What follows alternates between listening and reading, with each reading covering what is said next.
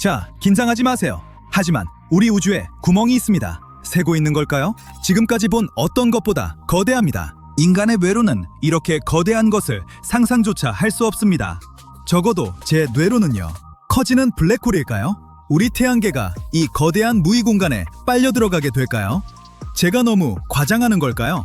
자, 알아봅시다. 우주는 물질로 균일하게 채워져 있지 않습니다. 보이드라 불리는 거대한 빈 공간이 우주의 약 80%를 차지합니다. 우리 은하수도 로컬 홀이라 불리는 보이드 안에 있습니다. 하지만 한 보이드는 차원이 다릅니다.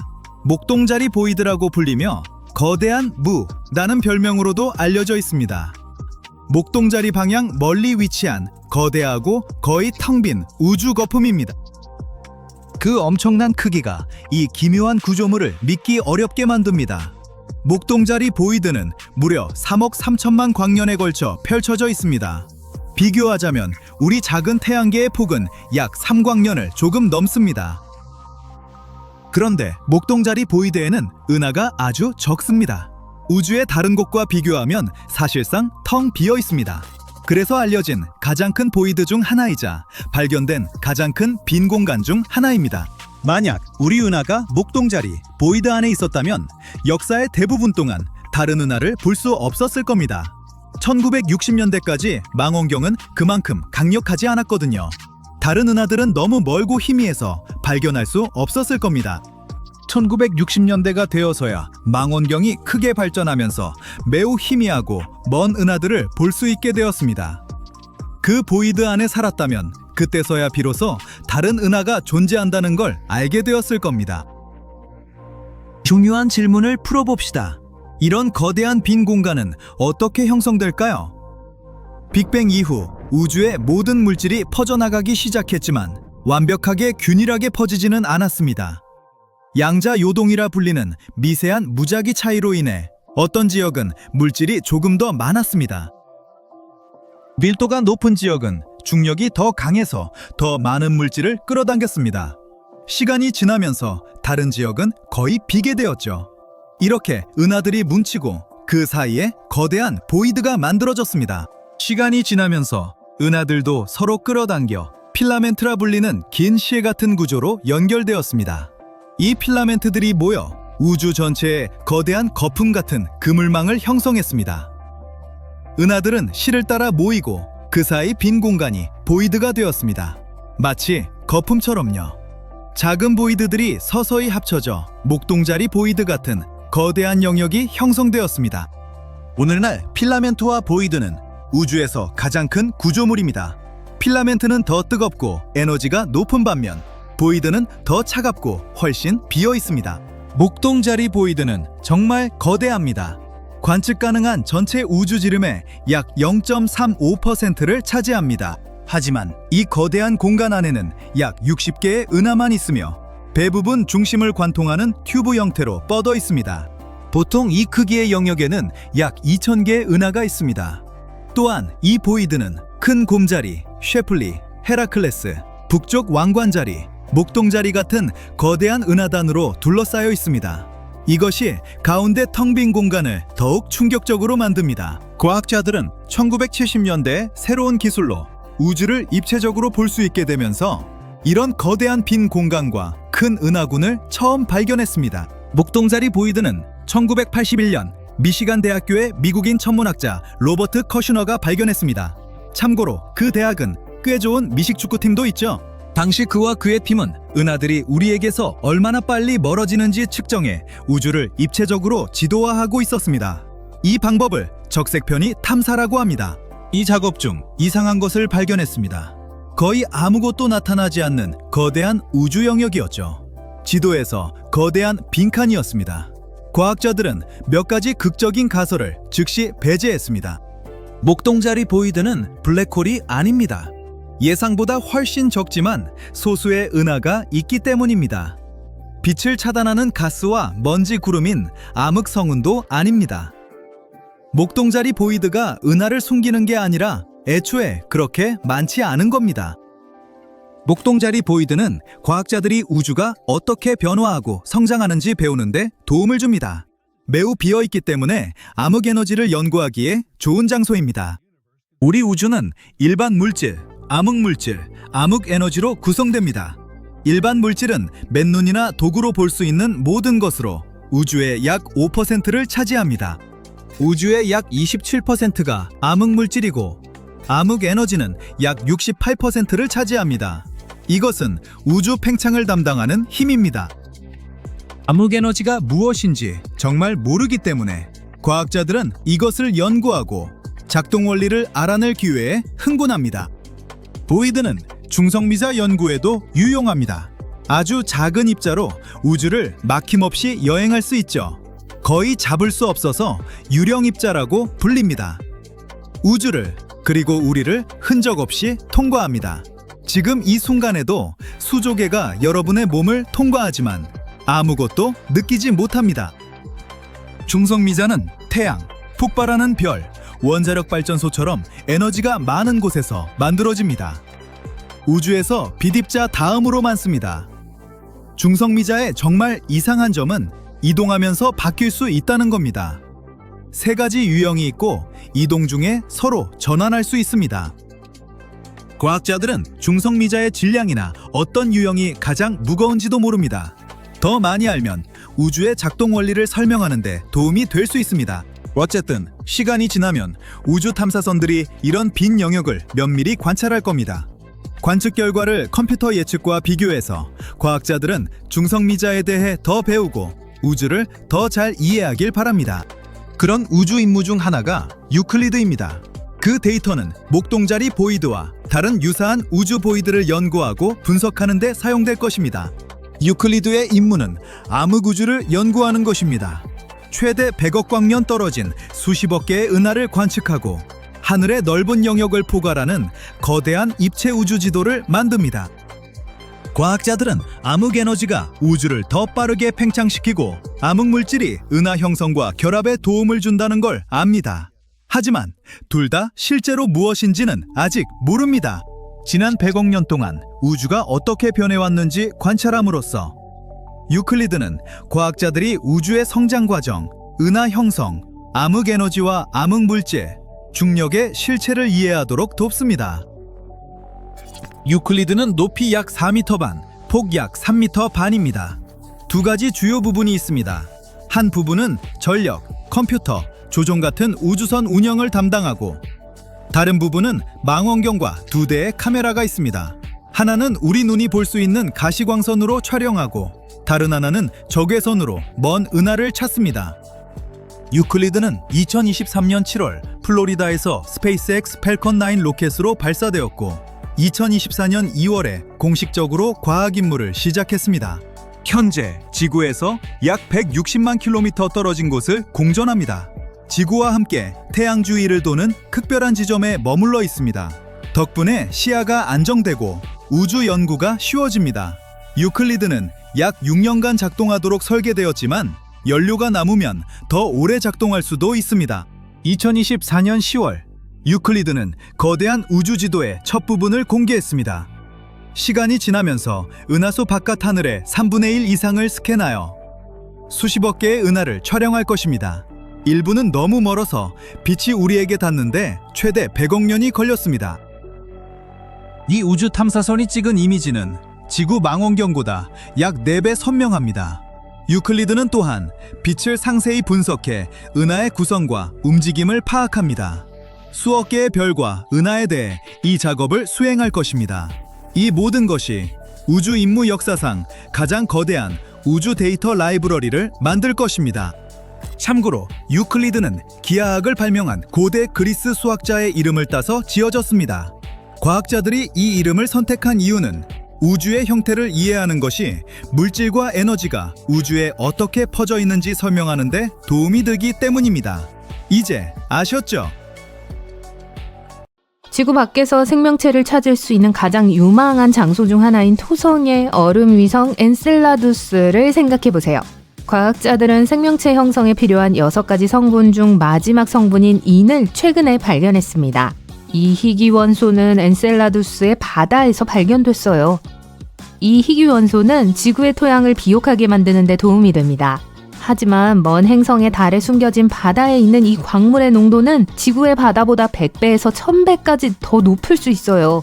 엔셀라두스의 바다에는 탄산수처럼 탄산염이 풍부하기 때문일지도 몰라요. 그리고 이 탄산수는 엔셀라두스의 암석에 있는 인산염을 용해시킬 가능성이 높습니다. 이 새로운 발견은 또한 타이탄과 같은 토성의 다른 얼음 위성에서도 바닷물에 인이 함유되어 있을 수 있음을 시사하죠. 과학자들이 이 미네랄에 열광하는 이유는 무엇일까요? 인을 포함하는 화합물인 인산염은 지구 생명체의 중요한 구성 요소입니다. DNA, RNA, 세포막에는 인이 포함되어 있습니다. 하지만 생명체에 필요한 탄소, 수소, 질소, 산소, 인, 황의 6가지 원소 중에서 인은 가장 흔하지 않은 원소입니다. 2004년 카시니 우주탐사선은 토성의 두 번째 가장 바깥쪽 꼬리인 이링의 먼지 속으로 진입했습니다. 이 먼지는 엔셀라두스가 분출하는 얼음 알갱이로 구성되어 있습니다. 카시니의 우주 먼지 분석기로 이 얼음 알갱이를 연구하는 동안 인이 발견됐어요. 엔셀라두스는 토성에서 6번째로 큰 위성입니다. 직경이 505km에 불과할 정도로 크지 않아요. 따라서 애리조나주 안에 들어갈 수 있을 정도로 작습니다. 언젠가 한번 도전해봐야겠네요. 흥미롭게도 카시니 우주탐사선이 토성에 처음 도착했을 때 천문학자들은 엔셀라두스가 얼어붙은 얼음 덩어리일 것이라고 생각했어요. 그런데 놀랍게도 표면의 간헐천에서 분출하는 얼음 입자와 수증기 기둥을 발견했습니다. 토성의 달의 암석 핵과 얼음 지각 사이 달 전체에 바다가 있다는 것이 분명해졌습니다. 같은 연구진은 이전에 토성의 달에도 복잡한 유기분자가 존재할 수 있다는 사실을 발견한 바 있습니다. 이전에는 과학자들은 인산염이 엔셀라두스와 유사한 세계의 암석 핵에 갇혀 있을 수 있다고 생각했습니다. 그렇기 때문에 인산염이 바다에도 풍부할 수 있음을 암시하는 최신 연구 결과가 놀랍게 다가온 것이죠. 연구원들은 토성의 이링에서 305개의 얼음 알갱이를 조사한 결과 그중 9개의 인산염이 포함되어 있다는 사실을 알아냈습니다. 그리고 이 결과는 명확하고 틀림없는 결과였어요. 얼마 전까지만 해도 수소와 인의 화합물인 포스핀이 금성의 구름에 존재한다고 믿었기 때문에 이 결과는 매우 중요했습니다. 하지만 아무도 이 이론을 뒷받침하는 증거를 찾지 못했습니다. 하지만 엔셀라두스에서는 논란의 여지가 없으며 인산염이 실제로 존재해요. 천문학자들은 유로파를 태양계에서 새로운 생명체를 발견할 수 있는 가장 유망한 장소 중 하나로 꼽습니다. 이 행성의 달에는 수심 64에서 161km의 거대한 바닷속 바다가 있기 때문이죠. 네, 두께가 16에서 32km로 추정되는 얼음층 아래에 숨겨져 있습니다. 하지만 잠재적으로 거주할 수 있는 곳입니다. 천문학자들은 얼음 지각의 균열에서 물기둥이 분출하여 달의 바닷속 내용물을 우주로 방출한다고 주장해요. 물론 생명체를 찾는 탐사선이 이렇게 깊은 환경에 접근하는 것은 쉽지 않을 거예요. 긍정적으로 생각하면 과학자들은 이미 표면 훨씬 더 가까운 곳에 더 얕은 웅덩이가 있다는 증거를 가지고 있어요. 얼음 아래 1.6km도 채 되지 않는 곳에 있을지도 몰라요. 이것은 두 가지 이유로 반가운 소식입니다. 우선 유로파에 생명체가 존재할 확률이 높아진다는 점입니다. 둘째, 만약 이것이 사실이라면 미래의 탐사선들이 생명체를 더 쉽게 발견할 수 있을 거예요. 존재한다면 말이죠. 토성에서 가장 큰 위성인 타이탄은 지구보다 작고 중력이 더 약해요. 하지만 여전히 지구를 떠올리게 합니다. 지구와 마찬가지로 질소가 대기를 지배해요. 타이탄은 태양계에서 호수와 강이 있는 유일한 행성입니다.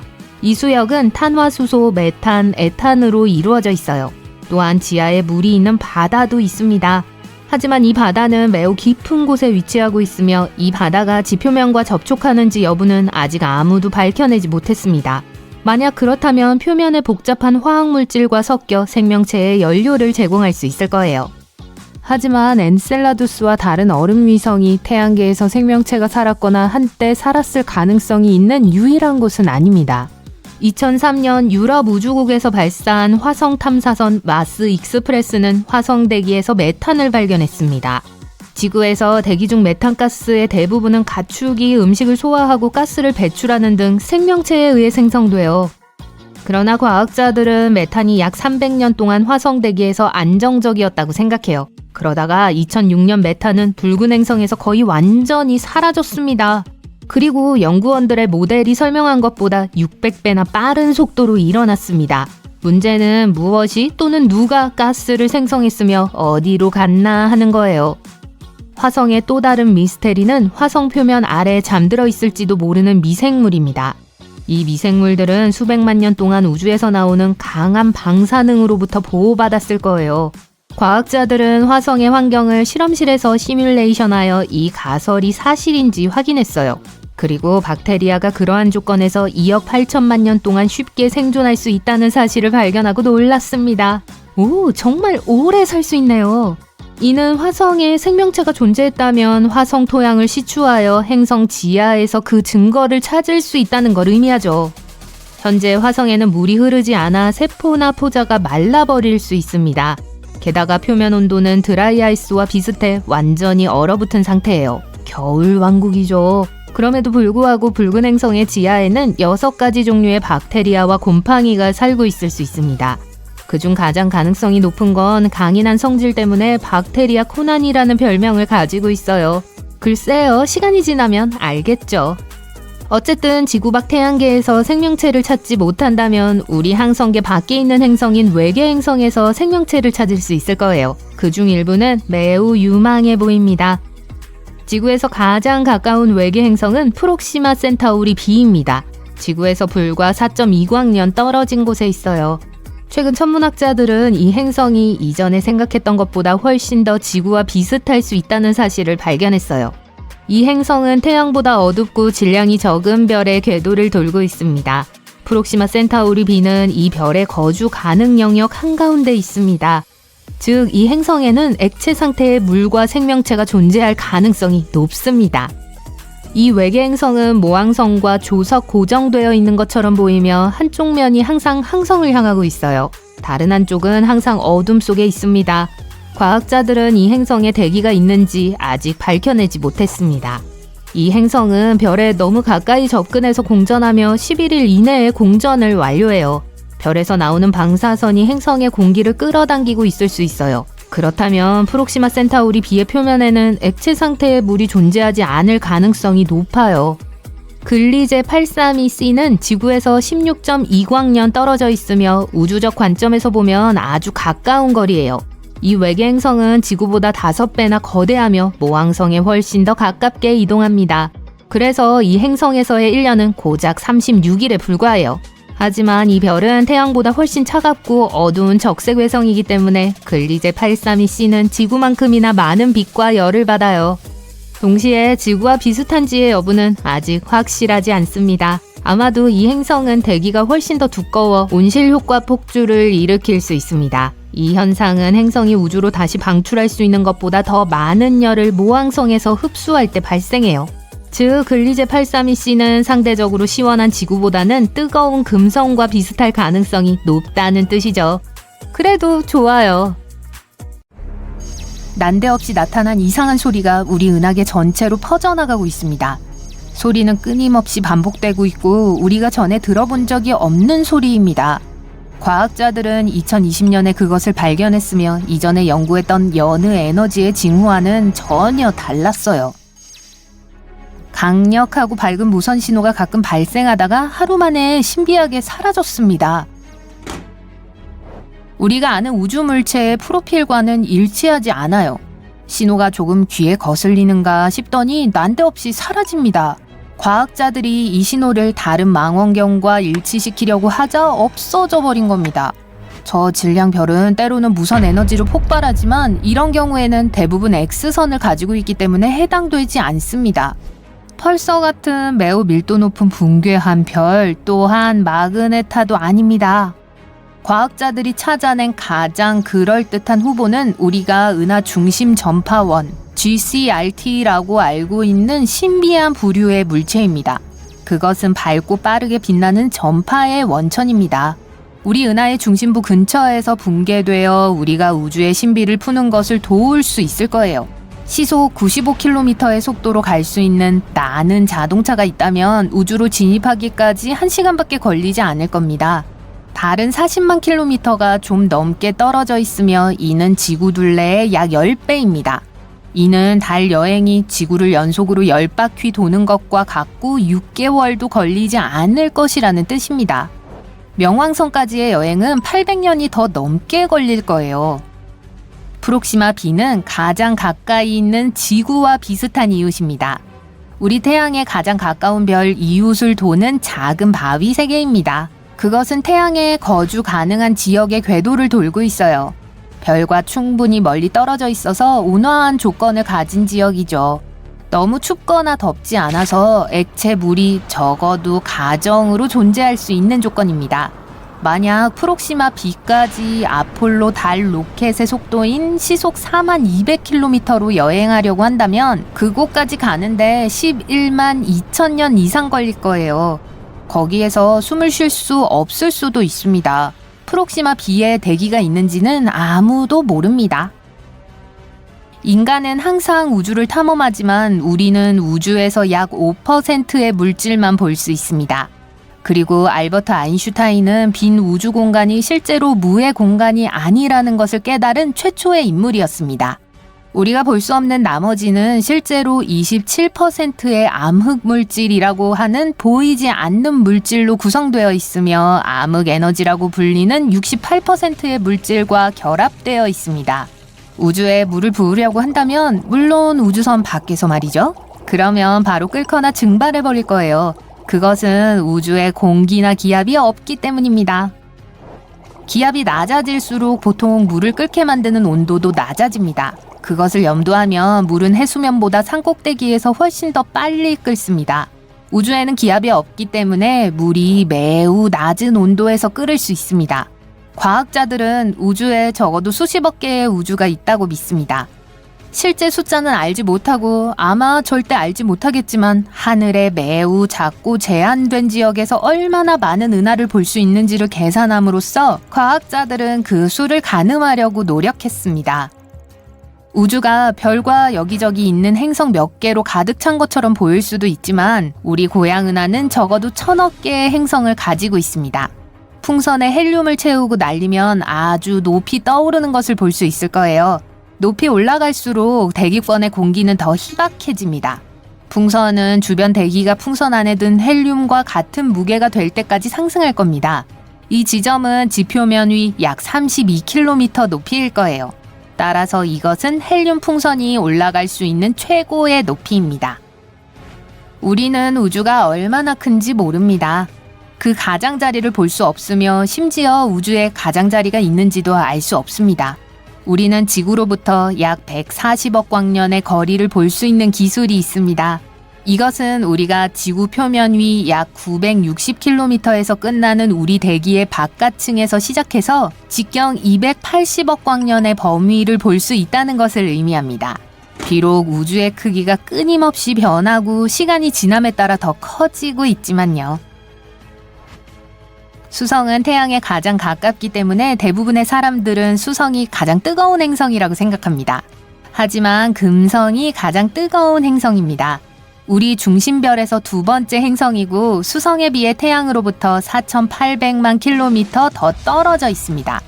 수성은 대기가 없는데 대기는 태양으로부터 오는 열을 유지하도록 도와주는 일종의 담요와 같습니다. 금성은 예상 외로 대기가 두꺼운데 지구의 대기보다 약 100배 두껍습니다. 금성의 대기는 열을 내보내지 않고 유지해서 금성을 점점 더 뜨거워지게 만듭니다. 또한 대부분의 태양 에너지를 자유롭게 들여보내는 이산화탄소로 구성됩니다. 그러나 따뜻하고 가열된 표면이 방출하는 장파장 방사선을 잃기에는 충분히 투명하지 않습니다. 평균 온도는 주석을 녹일 만큼 뜨거운 섭씨 468도입니다. 이웃 수성의 최대 온도는 섭씨 427도입니다. 아마도 약 20억 년 후에 지구는 생명체가 존재하기에는 너무 뜨거워질 거예요. 수억 년이 지나면서 우리 태양은 점점 더 뜨겁고 밝아질 겁니다. 결국에는 기온이 너무 높아서 우리의 아름다운 바다는 사라질 수밖에 없을 겁니다. 바다는 우리 생존에 필요한 산소의 70%를 생산하기 때문에 바다가 없다면 생명도 없을 거예요. 이 모든 것은 우리 행성이 단순히 광대한 사막이 될 것이라는 것을 의미합니다. 마치 화성의 오늘날 모습처럼요. 매우 먼 곳에 있는 예전에는 행성이던 명왕성은 현재 외성이며 실제로 미국 전체보다 직경이 작습니다. 메인주에서 북부 캘리포니아까지의 최대 거리는 약 4,700km이며 명왕성은 가로가 겨우 2,371km에 불과합니다. 명왕성은 매우 멀리 있지만 우리 태양계의 가장자리는 이 외성보다 1000배나 더 멀리 떨어져 있습니다. 그러나 천문학자들은 명왕성보다 훨씬 더 멀리 태양 주위를 도는 많은 다른 우주 물체를 발견했는데요. 카이퍼 벨트 천체와 해왕성 바깥 천체가 그 예입니다. 명왕성에서 방광년 떨어진 오르트 해성 구름도 있는데 1000배나 더 멀리 떨어져 있습니다. 중성자별은 매우 무겁습니다. 한 티스푼이 60억 톤이나 나갑니다. 중성자별은 연료가 다 소모된 거대한 별에서 남은 것입니다. 희미해지는 별이 폭발하고 그 핵이 떨어져 나가지만 중력으로 인해 매우 밀도가 높은 중성자별을 형성합니다. 이 별들은 일반적으로 최대 태양 3개에 해당하는 질량을 가지고 있습니다. 하지만 반경이 약 9.65km 정도인데 우리가 알고 있는 우주에서 가장 밀도가 높은 것 중 하나입니다. 우주는 색이 있는데 평균적으로 베이지색 혹은 우주 라떼라고 불리는 색입니다. 또한 구운 스테이크 또는 뜨거운 금속을 상기시키는 냄새가 납니다. 적어도 우주를 유영한 우주 비행사들에 따르면 말이죠. 우주복을 만들고 싶다면 정말 열심히 일할 각오를 해야 할 거예요. 그걸 만드는 데는 5,000시간이 걸리고 10억 원 정도가 들 겁니다. 최상급의 우주복은 11개 층의 재료로 만들어지고 무게가 약 50kg 정도 나갑니다. 그리고 우주복은 편안해야 합니다. 우주에서는 키가 5cm 정도 더 커지기 때문에 여유가 좀 있어야 할 거예요. 우주에서 떠다니고 있을 때는 지구의 중력이 아무런 영향을 미치지 않습니다. 그래서 척추뼈가 팽창하고 약간 느슨해지는데 그것은 키가 3% 정도 더 커질 거라는 뜻입니다. 키가 1m 80인 사람이라면 약 5cm가 더 커지는 거예요. 걱정 마세요. 영구적인 게 아니에요. 지구로 돌아오면 몇 달 안에 정상으로 돌아갈 거예요. 친구와 이야기하고 싶다면 우주는 별로 좋은 대화 장소가 아닙니다. 왜냐하면 우주에서 소리는 전혀 전달되지 않기 때문입니다. 분자가 너무 멀리 떨어져 있어서 소리 진동이 서로에게 닿지 않습니다. 진동이 없다는 건 즉 소리를 들을 수 없다는 것입니다. 영화는 이 사실을 정확히 표현하고 있지 않습니다. 우주에서는 비명을 질러도 아무도 듣지 못할 거예요. 우리는 태양 속에 살고 있다고 할 수 있어요. 태양은 우리로부터 1억 5천만 킬로미터 떨어진 곳에 위치한 그저 크고 뜨거운 빛의 공 이상입니다. 태양의 외부 대기는 훨씬 더 큽니다. 우리가 볼 수 있는 표면 너머까지 멀리 뻗어 있습니다. 우리 지구의 궤도는 태양의 희박한 대기를 통과합니다. 그 증거는 태양풍의 돌풍이 남극광과 북극광을 생성하는 것입니다.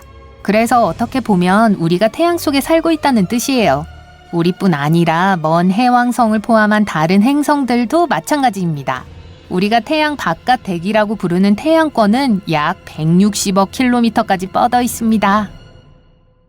거대한 빨대로 토성에 바람을 불어넣기 시작했어요. 점점 커지고 있네요.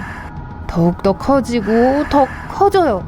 됐어요. 이제 거대한 고리를 추가해 볼게요. 좋아요. 이게 슈퍼 토성이에요. 또 스테로이드 맞은 토성이라고도 불리죠. 이는 과학자들이 2012년에 발견한 진짜 물체예요. J1407b라는 이름의 행성이에요. 그리고 천문학자들은 이게 진짜 뭔지 아직도 확신하지 못해요. 이게 우리 태양계의 목성이나 토성 같은 거대 가스 행성일 수도 있어요. 그렇다면 그곳에는 단단한 표면은 없겠죠? 그리고 만약 그 행성에 발을 들여놓길 원한다면 해까지 뚫고 그냥 떨어질 거예요. 하지만 또 갈색 외성일 수도 있어요. 이건 큰 행성과 완전한 항성 사이에 있는 거예요.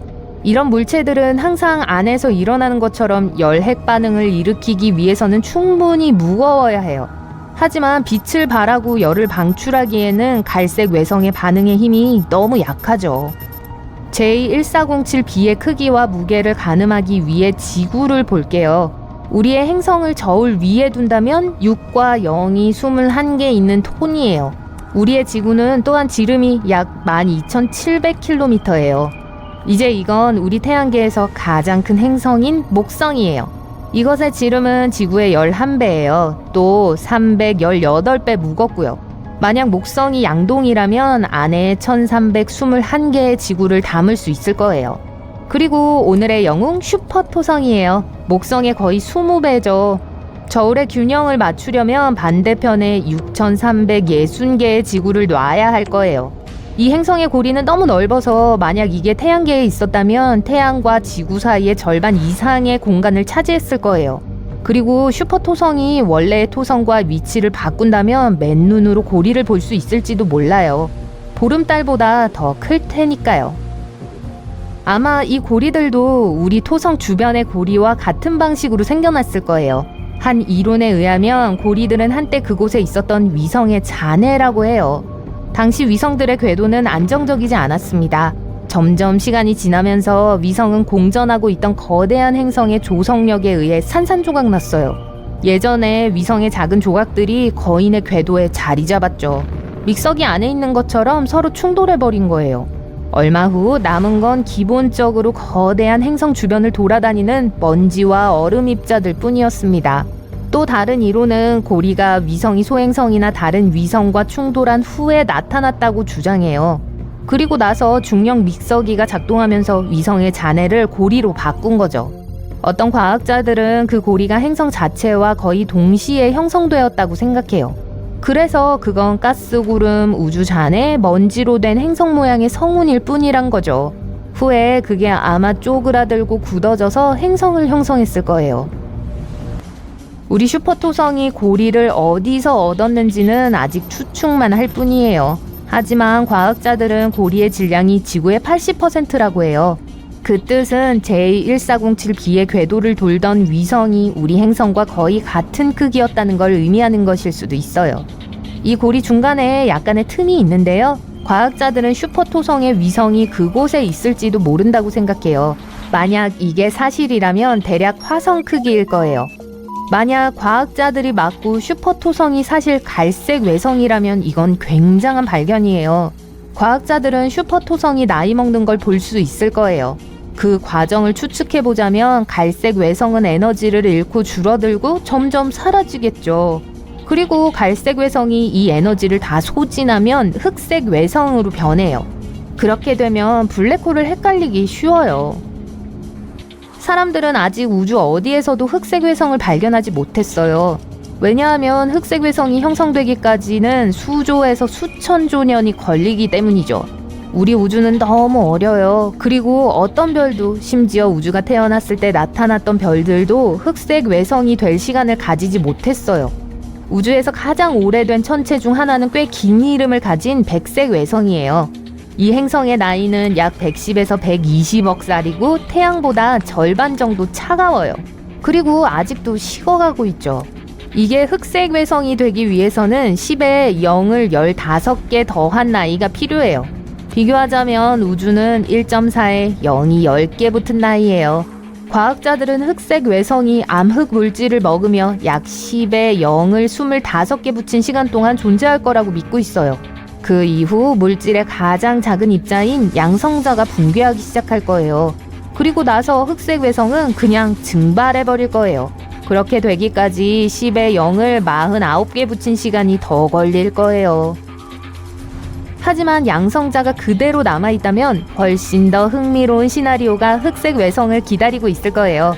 앞으로 10에 0을 1500개 더 붙인 연 후에 흑색 외성은 철의 별이 될 거예요. 근본적으로 우주의 대포알이 되는 거죠. 이 철의 구체는 갑자기 블랙홀로 변하기 전까진 우리 우주보다 수십억 배 더 오래 존재할 거예요. 그래서 흑색 외성이 형성되는 과정은 아주 길어요. 보통 별이 그 정도 늙으려면 엄청난 시간이 걸리니까요. 하지만 슈퍼토성은 만약 이게 갈색 외성이라면 이 상태에 훨씬 더 가까울 수 있어요. 스테로이드 맞은 토성은 우리 우주에서 유일하게 이상한 행성이 아니에요. 이는 글리제 436b입니다.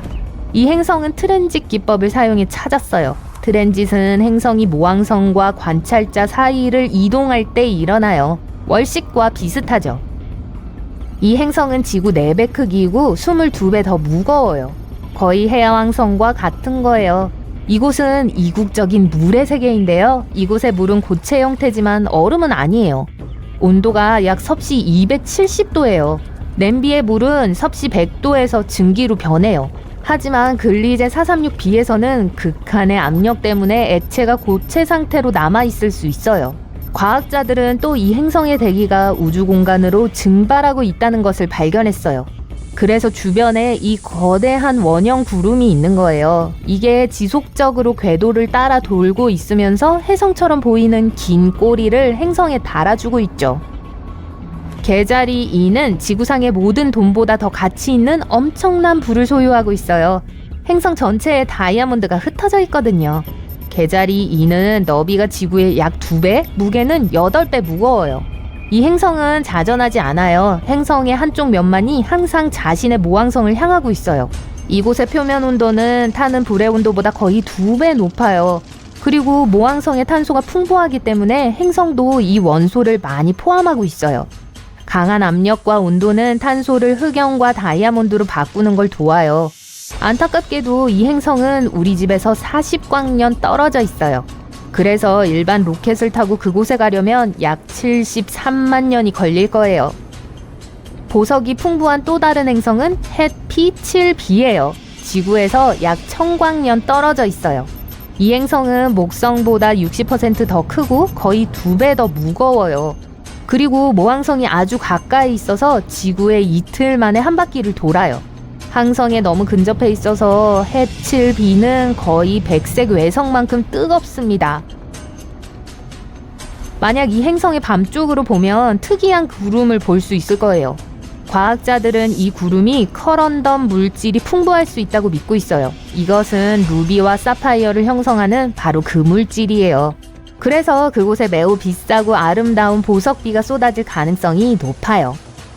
와스프 12b는 지금까지 발견된 가장 어두운 행성 중 하나예요. 행성의 한쪽 면만이 모항성을 향하고 있죠. 이 행성의 표면은 너무 어두워서 모든 가시광선의 약 94%를 잡아먹어버려요. 그래서 블랙홀과 비슷해 보이죠. 모항성은 행성을 너무 뜨겁게 달구어 그곳의 물질이 계속 증발해요. 그리고 나서 항성의 강한 중력이 이 구름을 자기 쪽으로 끌어당겨 원반을 형성해요. 하지만 TRES-2b가 챔피언이에요. 사람들에게 알려진 가장 어두운 행성입니다. 이것은 항성에서 오는 빛의 99%를 흡수해요. 이건 석탄 한 조각보다 더 많은 빛을 소모한다는 뜻이에요. 남은 빛의 1%는 거대 가스 행성에 의해 반사되어 붉게 보여요. 멀리서 보면 이 행성은 아주 사악해 보여요.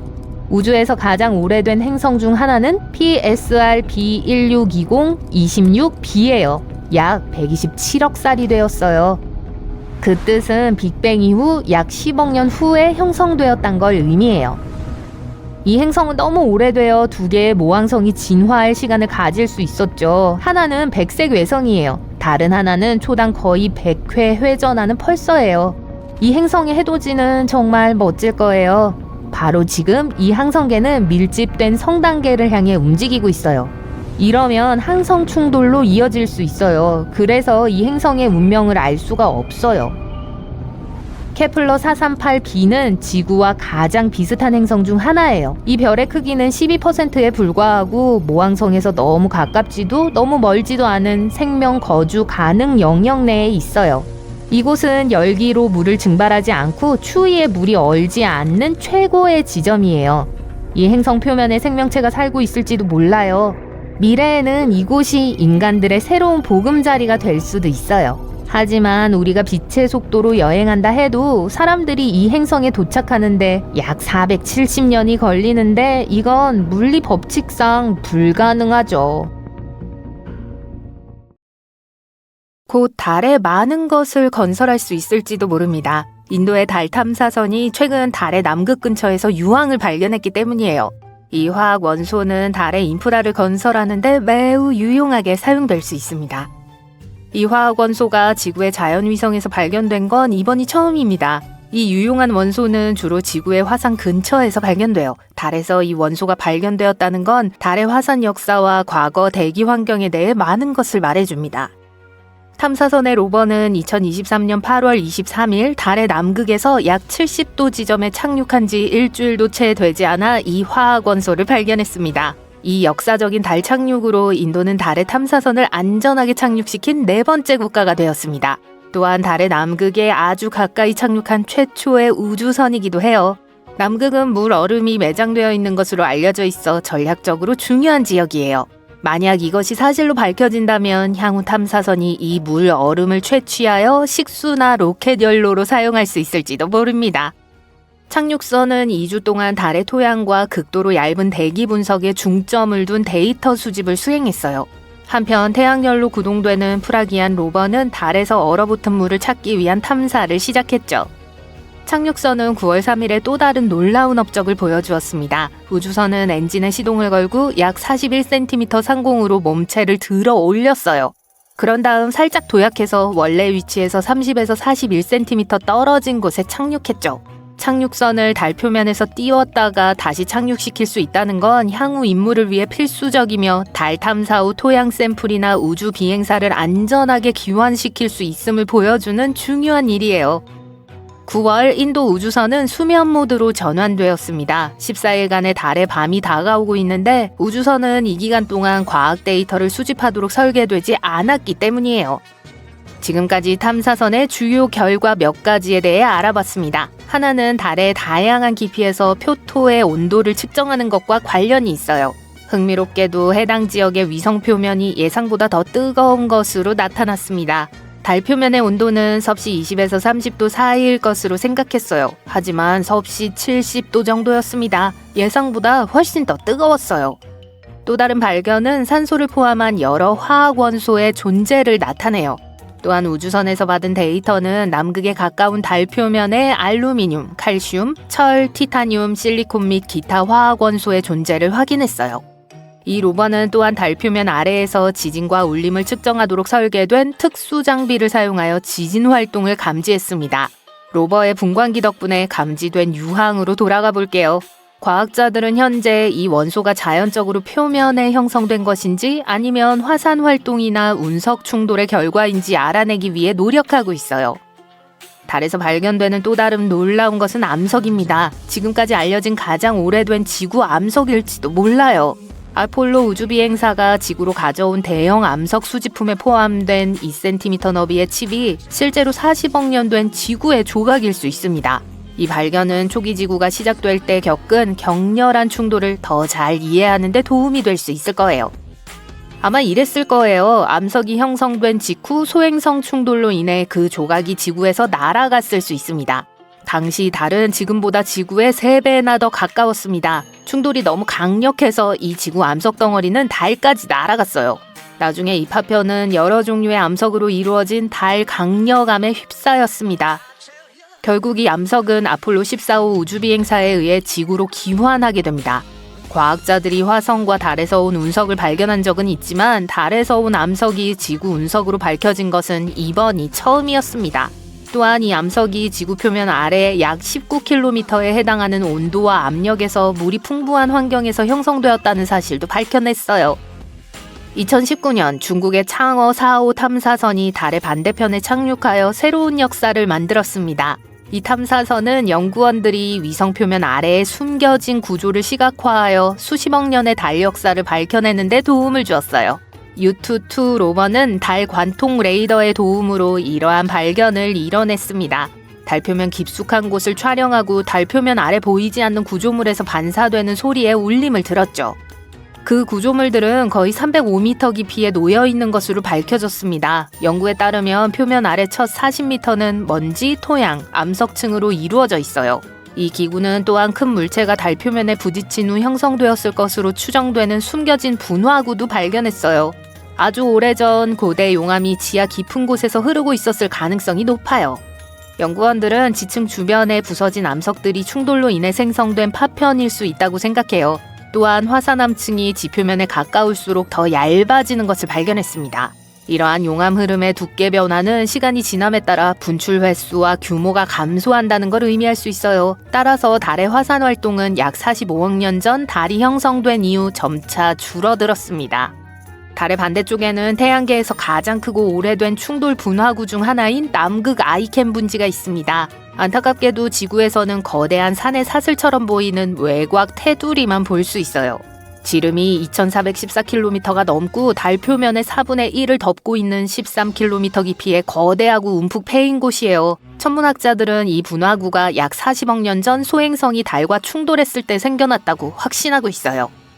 이제 코네티컷주 4개 크기의 이 거대한 금속 덩어리를 보세요. 무게는 18개의 0이 포함되어 있는 단위입니다. 이 신비한 덩어리는 달 표면 약 290km 아래 남극 아이켄 분지 한가운데 어딘가에 숨겨져 있습니다.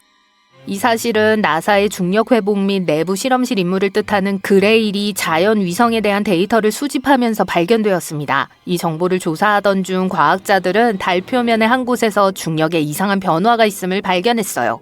이 현상을 연구한 결과 그들은 신비한 무언가가 그 분지 바닥을 짓누르고 있다는 결론을 내렸습니다.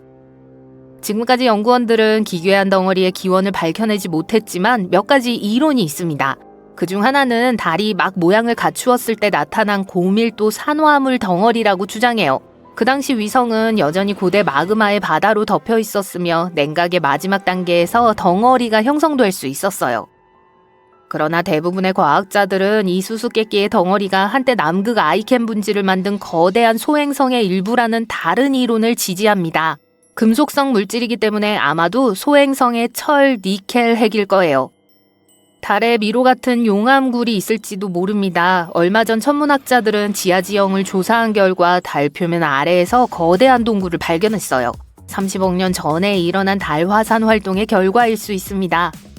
용암의 흐름이 굳어져 겉은 두껍고 단단한 지각이 형성되었어요. 하지만 내부에서는 계속 흐르면서 바위를 녹이고 터널과 동굴을 만들었어요. 나사가 발견한 달 표면의 수많은 작은 구덩이는 이러한 용암굴의 입구인 것으로 보입니다. 이 이론이 확인되면 지하터널은 인간이 우주 임무를 수행하기에 편리한 장소일 뿐만 아니라 우주 비행사들에게 꼭 필요한 물 공급원 역할을 할 수도 있습니다. 제임스 웹 우주망원경 JWST는 우주 최고의 은하계 파파라치 같은 존재예요. 우주에서 유명 인사들의 사진을 찍습니다. 별, 은하, 외계 행성, 무엇이든 간에 제임스 웹 우주망원경이 사진을 찍어줍니다. 우주 유명인사의 팬이라면 스타들로 가득한 최고의 사진을 살펴보세요. 카리나 성운. 카리나라는 아름다운 이름을 가진 성운의 이미지가 7월 12일에 공개되었습니다. JWST는 지구에서 약 7,500광년 떨어진 곳에 위치한 이 성운의 아름다운 모습을 포착했습니다. 우주의 절벽이라는 별명을 가진 이 성운은 실제로 우리 태양보다 몇 배나 큰 젊은 별들의 온상입니다. 카리나 성운은 남쪽 별자리 카리나 자리에 위치한 천체의 광경입니다. 약 260광년이나 되는 정말 거대한 성운이에요. 이 성운 안의 거대한 별들은 매우 밝고 뜨거워서 주변에 빛나는 가스와 먼지 구름을 만들어냅니다. 카리나 성운은 또한 새로운 별이 탄생하는 가스와 먼지의 소용돌이 구름을 포함하고 있습니다. 가스는 자체 무게에 의해 붕괴되고 더 뜨겁고 밀도가 높아지며 이 모든 것이 결국 새로운 별을 생성하게 됩니다. 하지만 카리나 성운은 단순히 별이 형성되는 평화로운 장소가 아니에요. 그것은 우주에서 가장 파괴적인 사건의 현장으로 경로에 있는 모든 것을 파괴하고 거대한 충격파를 생성합니다. 매우 혼란스럽고 멋지죠. 스테판의 오중주. 이 사진도 7월 12일에 게시되었습니다. 스테판의 오중주단은 페가수스 자리에서 약 2억 9천만 광년 떨어진 곳에 위치한 5개의 은하로 이루어진 그룹입니다. 마치 우주 가족 모임 같아요. 이 모든 은하들은 서로 연관되어 있으며 흥미로운 방식으로 상호작용합니다.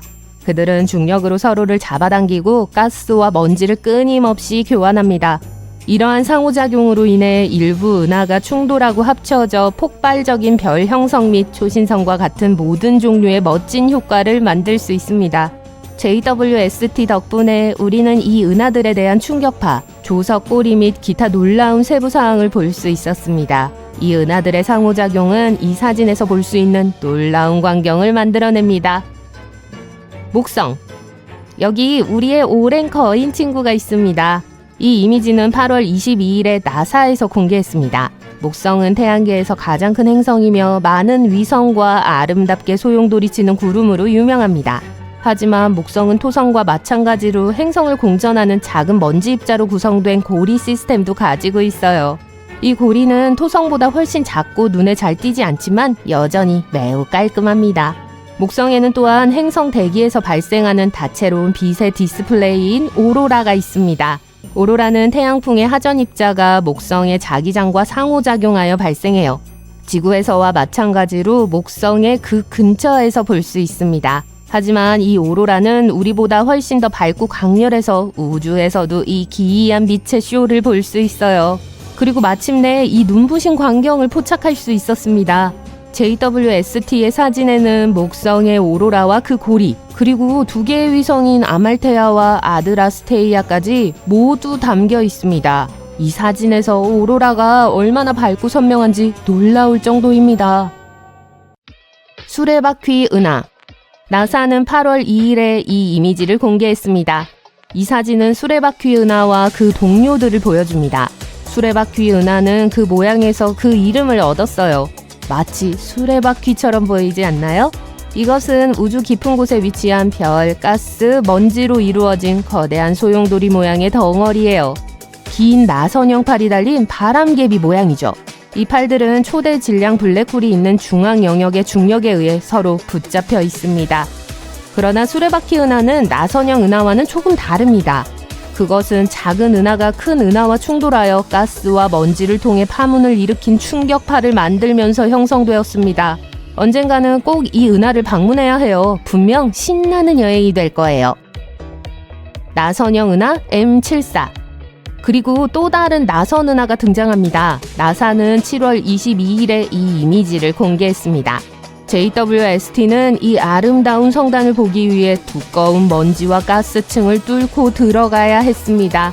M74는 그랜드 디자인 은하로 알려진 나선 은하의 특별한 부류에 속합니다. 이것은 나선형 팔이 눈에 띄고 윤곽이 명확하다는 걸 의미합니다. 나선 은하의 내부에는 온갖 놀라운 일들이 일어나고 있습니다. 초신성, 가스와 먼지 구름 속에서 탄생하는 별, 그리고 그 밖에 많은 우주의 경이로움, 빛나는 가스와 먼지, 밝은 별, 나선팔의 소용돌이 패턴은 나선 은하를 우주에서 가장 눈에 띄는 물체로 만듭니다. M74에 의해서 이를 명확하게 볼 수 있습니다. 타란툴라 성운. 타란툴라라는 소름 끼치는 이름을 가진 이 성운의 이미지는 9월 6일에 공개되었습니다. 이 사진은 340광년이나 되는 엄청난 거리에 걸쳐 있습니다. 이 이미지 덕분에 천문학자들은 이전에 먼지에 가려져 있던 새로운 어린 별을 발견했습니다. 타란툴라 성운은 우리 은하에서 16만 광년 떨어진 대마젤란 성운에 위치해 있어요. 우리 은하와 가장 가까운 은하인 로컬 그룹에서 가장 크고 밝은 별을 형성하는 영역이에요. 큰 타란툴라의 다리와 비슷하게 생긴 모양에서 그 이름이 붙여졌어요. 약 1000광년이나 되는 광활한 우주 영역으로 우주에서 가장 거대하고 빛나는 별들이 모여 있는 곳입니다. 타란툴라 성운이 과학자들에게 흥미로운 이유 중 하나는 그 구성 때문이에요. 이 성운의 구성은 우리 우주가 불과 수십억 년 전의 상태라고 불리는 우주 정오별 영역에 가깝습니다.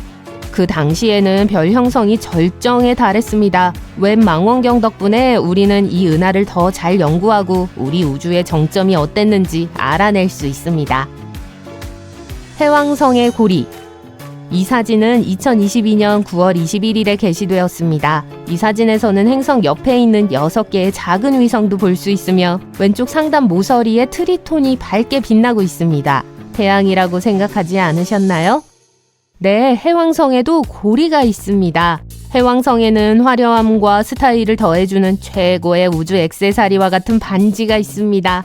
하지만 이 고리는 지구의 다른 장신구들과는 달리 다이아몬드나 금이 아닌 작은 먼지 입자로 만들어져 있습니다.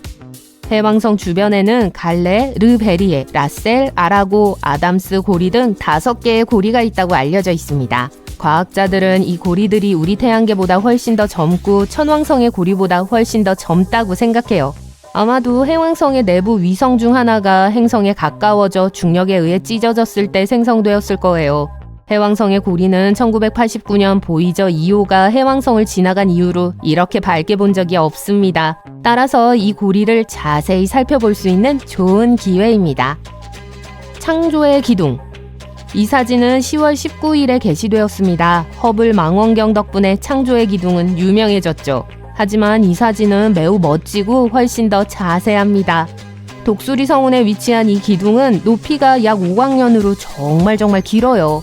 그리고 웅장한 암석처럼 보입니다. 단지 훨씬 더 투명하죠. 전형적인 할리우드 영화 세트장처럼 액션과 특수 효과로 가득합니다. 우주에서 가장 극적인 과정이 일어나는 곳이에요. 가스와 먼지가 자체 중력에 의해 붕괴되어 결국 별이 될 덩어리를 형성하고 강렬한 방사선, 고에너지 입자제트, 초신성이 가득 찬 곳. 마치 우주판 생존 게임 같네요.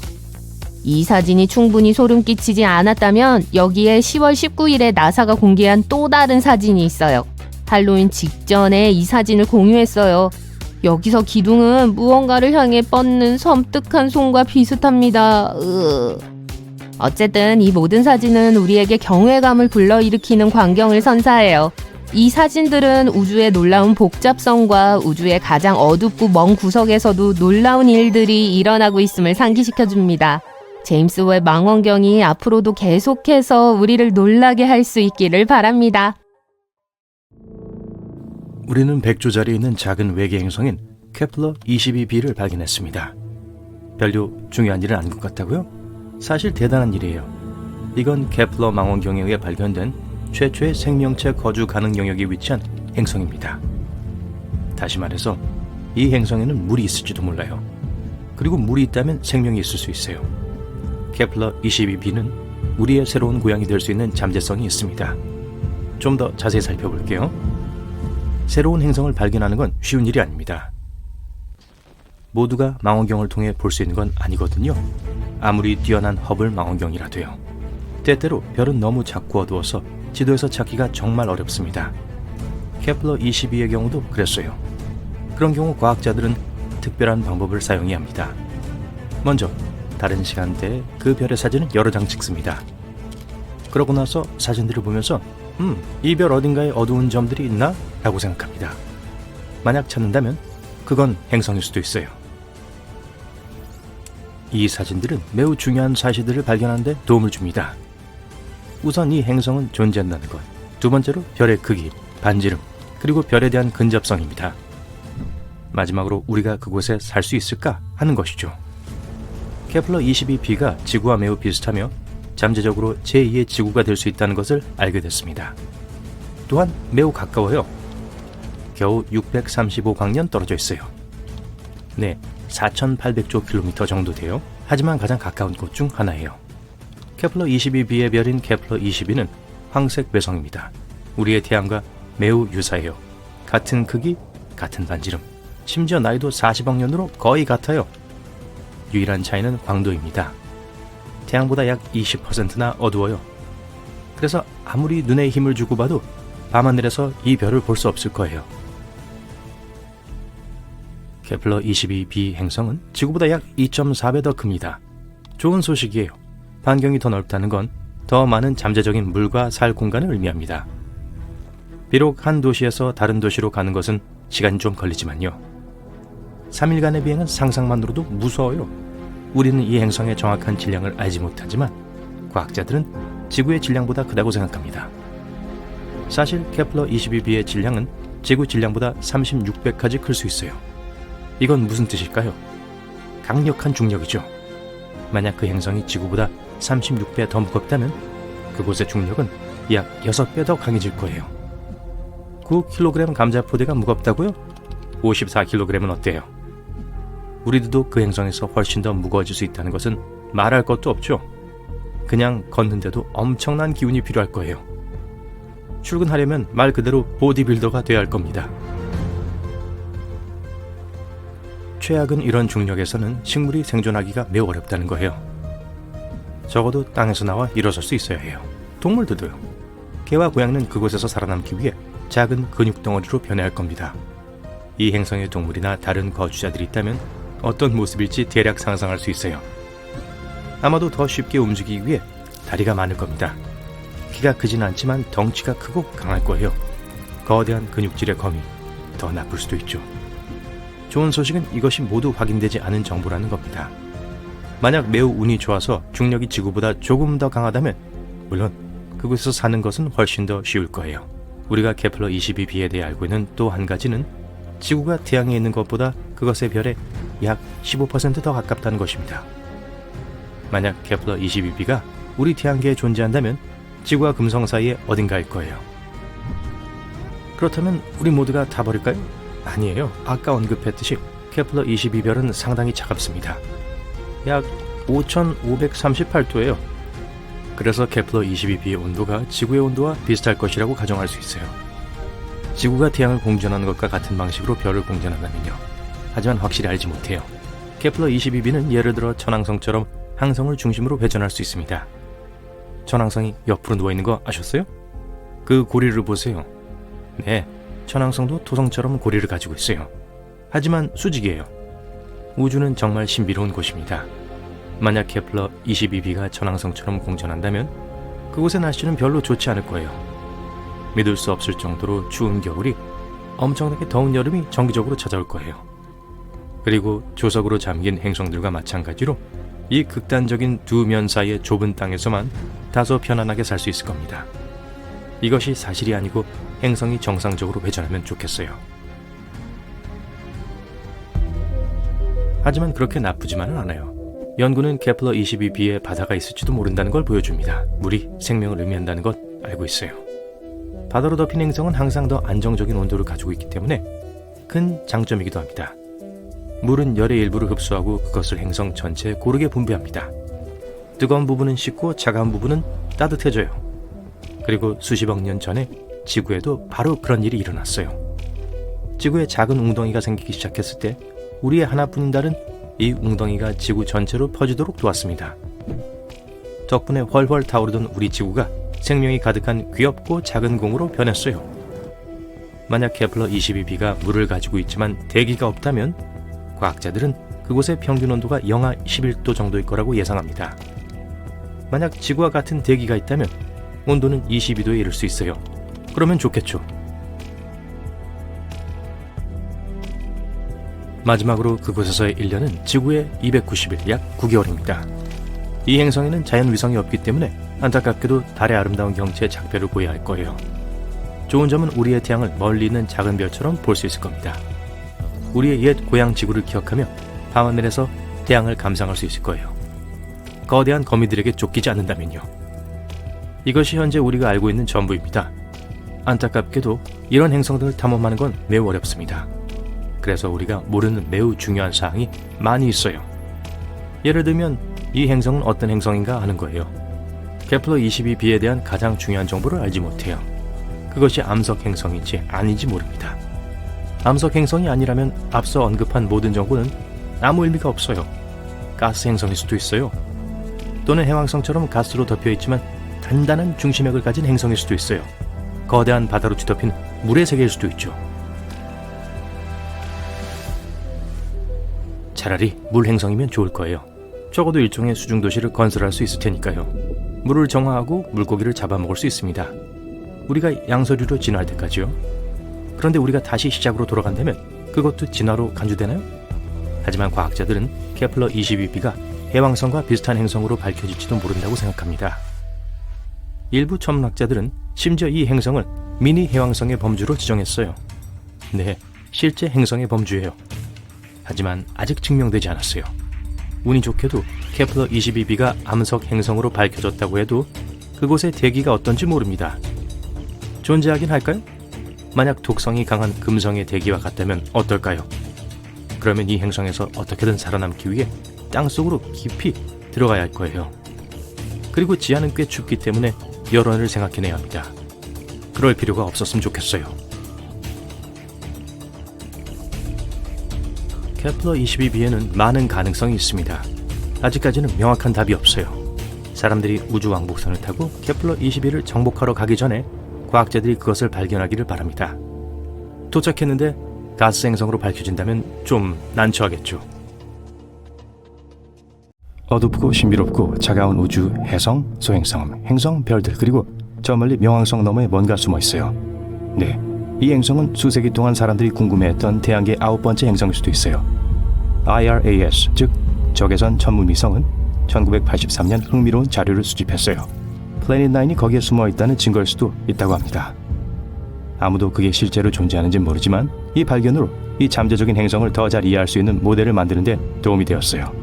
그리고 2016년 과학자들이 카이퍼대의 작은 우주 물체들이 약간 이상한 궤도를 돌고 있다는 걸 발견했어요. 카이퍼대는 우리 태양계 외곽 지역이에요. 도넛 모양의 고리인데 우리 태양계가 형성되고 있던 시절에 남은 것들로 가득 차 있어요. 이 도넛은 해왕성 너머에서 찾을 수 있어요. 우주의 그 영역에 있는 물체들은 이상한 궤도를 갖고 있어요. 마치 강한 중력을 가진 큰 물체가 그들을 밀어내는 것처럼 말이죠. 똑똑, 또 플래닛 9이에요. 이론에 의하면 이 행성은 우리 행성의 5배에서 10배 정도의 질량을 갖고 있고 해왕성보다 20배 정도 더 멀리 떨어져 있을 거라고 해요. 천문 단위는 우리 행성과 태양 사이의 거리와 같아요. 명왕성은 태양으로부터 약 40 천문 단위 떨어져 있어요. 하지만 플래닛 9은 존재한다면 400에서 800 천문 단위 떨어져 있을 거예요. 이 미스터리한 행성이 태양 주위를 한 바퀴 도는 데는 지구 시간으로 10,000년에서 20,000년이 걸릴 겁니다. 이것 때문에 우리가 이 우주 물체를 포착하는 게 더 어려워요. 플래닛 9이 우리 태양계의 다른 거대 가스 행성들과 비슷하게 목성과 해왕성의 궤도 사이에 형성되었다는 설도 있어요. 두 개의 거대한 행성 중 하나의 중력이 아마도 그걸 궤도에서 쫓아냈을 거예요. 오, 안 돼! 그리고 플래닛 9은 우리가 알고 있는 8개의 행성에 의해 더 멀리 쫓겨날 수도 있어요. 처음에는 아주 작은 얼음 폐기물 같이 끝났어요. 하지만 시간이 지날수록 플래닛 9은 얼어붙은 암석과 먼지 조각들의 궤도를 걷어내고 마침내 진짜 행성으로 탄생했어요. 또 다른 이론에 의하면 이 행성은 우리 태양계 근처를 지나가는 도중에 길 잃은 또 다른 별일 수도 있다고 해요. 어쨌든 플래닛 9은 너무 멀어서 햇빛을 많이 반사하지 못할 거예요. 그리고 천문학자들은 그걸 정확히 어디에서 찾아야 할지 확신하지도 못해요. 우주는 어둡고 신비롭고 끝이 없어요. 당연한 이야기죠. 하지만 우리가 플래닛 9을 발견하면 우리가 생각했던 것보다 더 많은 행성들이 우리 태양계에 있다는 최초의 확실한 증거가 될 거예요. 우리에게서 90광년밖에 떨어져 있지 않은 흥미로운 외계 행성으로 넘어갈게요. 외계 행성은 일반적으로 우리 태양계 밖에 위치한 행성이에요. 여기엔 물구름이 있는 대기가 있어요. 이곳의 1년은 지구 시간으로 24일 지속되며 이 행성은 우리의 태양보다 훨씬 어둡고 작은 적색 외성 주위를 돌고 있어요. 그래서 이 행성이 우리 태양보다 항성의 8배 가까이 있음에도 불구하고 그곳의 온도는 우리 행성의 온도와 비슷해요. 이 외계 행성은 해왕성과 비슷한 크기예요. 또 밀도도 덜한데 그건 암석으로 만들어진 지구와 달리 대부분 가스로 이루어져 있다는 뜻이죠. 이곳의 평균 온도는 섭씨 60도로 우리가 지금까지 발견한 외계 행성들 중 가장 시원하고 작은 행성 중 하나예요. 그리고 외계 행성이 차가울수록 대기에서 구름을 발견할 가능성이 커져요. 연구원들은 4,000개 이상의 외계 행성들을 발견했어요. 하지만 그 모든 게 적어도 지금까지는 우리 은하 안에서 발견되었어요. 처음으로 천문학자들이 우리 은하 바깥에 있는 행성을 발견했을지도 몰라요. 그들은 그걸 M51 ULS-1이라고 불러요. 이 행성은 우리로부터 2,800만 광년 떨어져 있는 나선형 은하에 있는 소용돌이 은하에 위치해 있어요. 한때 밀도가 높은 중성자별, 거성에 붕괴된 핵 또는 블랙홀일 수도 있는 어떠한 물질과 중력에 춤을 추던 덩치가 크지만 예쁜 젊은 별이 있었어요. 이 별의 춤 파트너는 믿을 수 없을 정도로 강한 중력을 갖고 있었어요. 그게 별을 잡아먹고 있었고 탐욕스럽게 그것의 플라즈마를 짓고 있었어요. 그러다가 뭔가 특이한 일이 일어났죠. 알려지지 않은 어쩌면 토성 극의 물체가 지나가면서 우리 태양계로부터 이 대립을 막았어요. 이제 아무도 무슨 일이 일어나고 있는지 볼 수 없어요. 하지만 어쩌면 이 행성은 우리가 발견한 행성 중 가장 먼 행성일 수도 있어요. 우리 태양계 바깥에서 새로 발견된 행성이 있어요. 목성만큼 큰 이 별은 2개의 항성을 돌고 있어요. 그리고 우리의 행성에서 관찰할 수 있듯이 그 둘의 앞에서 교차하고 있어요. 이 두 별 주위를 완전히 도는, 즉 1년의 의미가 되는 시간은 대략 지구 시간으로 200일 정도 돼요. 이전 행성이 발견된 날, 과학자들은 이 행성에 특이한 동반자가 있다는 걸 발견했어요. 항성 주위를 극도로 가까이 도는 엄청 뜨거운 목성이에요. 이곳의 1년은 지구의 1.9일밖에 지속되지 않죠. 이 행성은 이상한 모양의 궤도를 갖고 있어요. 또 항성의 자전과 반대 방향으로 이동하고 있죠. 만약 지구로부터 57광년 떨어진 곳으로 여행할 수 있다면 어둠 속에 숨어있는 분홍색의 뭔가를 볼 수 있을 거예요. 가까워질수록 점점 더 커지고 매혹적이게 될 거예요. 넵, 자홍색 행성이에요. 태양으로부터 몇십억 킬로미터 떨어져 있는 이 녀석은 과학자들이 발견한 가장 어린 행성 중 하나예요. 1억 년에서 2억 년 정도밖에 되지 않았어요. 우리의 목성과 비슷한 분홍색 가스로 만들어졌죠. 그래서 만약 그것의 표면으로 가까이 난다면 가스가 짙은 안개처럼 여러분을 감쌀 거예요. 점점 더 가까이 가고 더 깊이 들어가는데 가스가 점점 어두워지면서 붉은 색조를 띠고 있어요. 그리고 이 행성의 핵을 보세요. 엄청나게 뜨거워요. 240도의 높은 온도 때문에 이 행성은 오븐과 같아요. 행성이 이렇게 밝게 빛나는 건 이 열 때문이에요. 또 하늘이 우리와 비슷하게 얼어붙은 물방울로 만들어진 구름들로 이루어져 흐릿한 분홍색인 게 보일 거예요. 지구 질량의 반에 해당하는 외계 행성이 있어요. 그래서 우리가 태양계 밖에서 발견한 가장 작은 행성 중 하나죠. 이것의 지름은 9,000km예요. 비교를 하자면 지구의 지름은 12,700km예요. 문제의 행성은 수성과 비슷하게 대부분 철로 이루어져 있어요. 수성은 거대한 철 핵과 엄청나게 얇은 지각을 갖고 있어서 우리 태양계의 꾀자라고 할 수 있죠. 초기 단계에서 적어도 어떤 우주 물체와 한 번은 충돌했어요. 그 충돌로 바깥층을 떨어져 나가 단단한 철핵만 남게 되었죠. 아마도 이 작은 외계 행성도 거대한 우주 충돌에 참여했을 수도 있어요. 그게 아마도 행성의 멘트를 빼앗고 대부분 철핵만 남겼을 거예요. 아니면 한때 해왕성 크기만 했던 가스 행성의 잔해일 수도 있어요. 이 행성의 대기는 예를 들어 별에서 오는 엄청난 양의 방사능에 의해 날아가 버릴 수 있어요. 이 행성은 우리로부터 31광년밖에 떨어져 있지 않아요. 그리고 그곳의 하루는 지구의 시간으로 8시간도 안 돼요. 이 행성은 화성보다 조금 커요. 1500도까지 오르는 극심한 기온 때문에 사람들이 정착할 가능성은 거의 없어요. 별을 마주보고 있는 행성의 옆면에는 녹은 용암이 있을지도 몰라요. 이런 온도는 대기를 증발시킬 수 있을 만큼 충분히 고온이에요. 그러니 과거엔 이 행성에도 있었을지도 모르죠.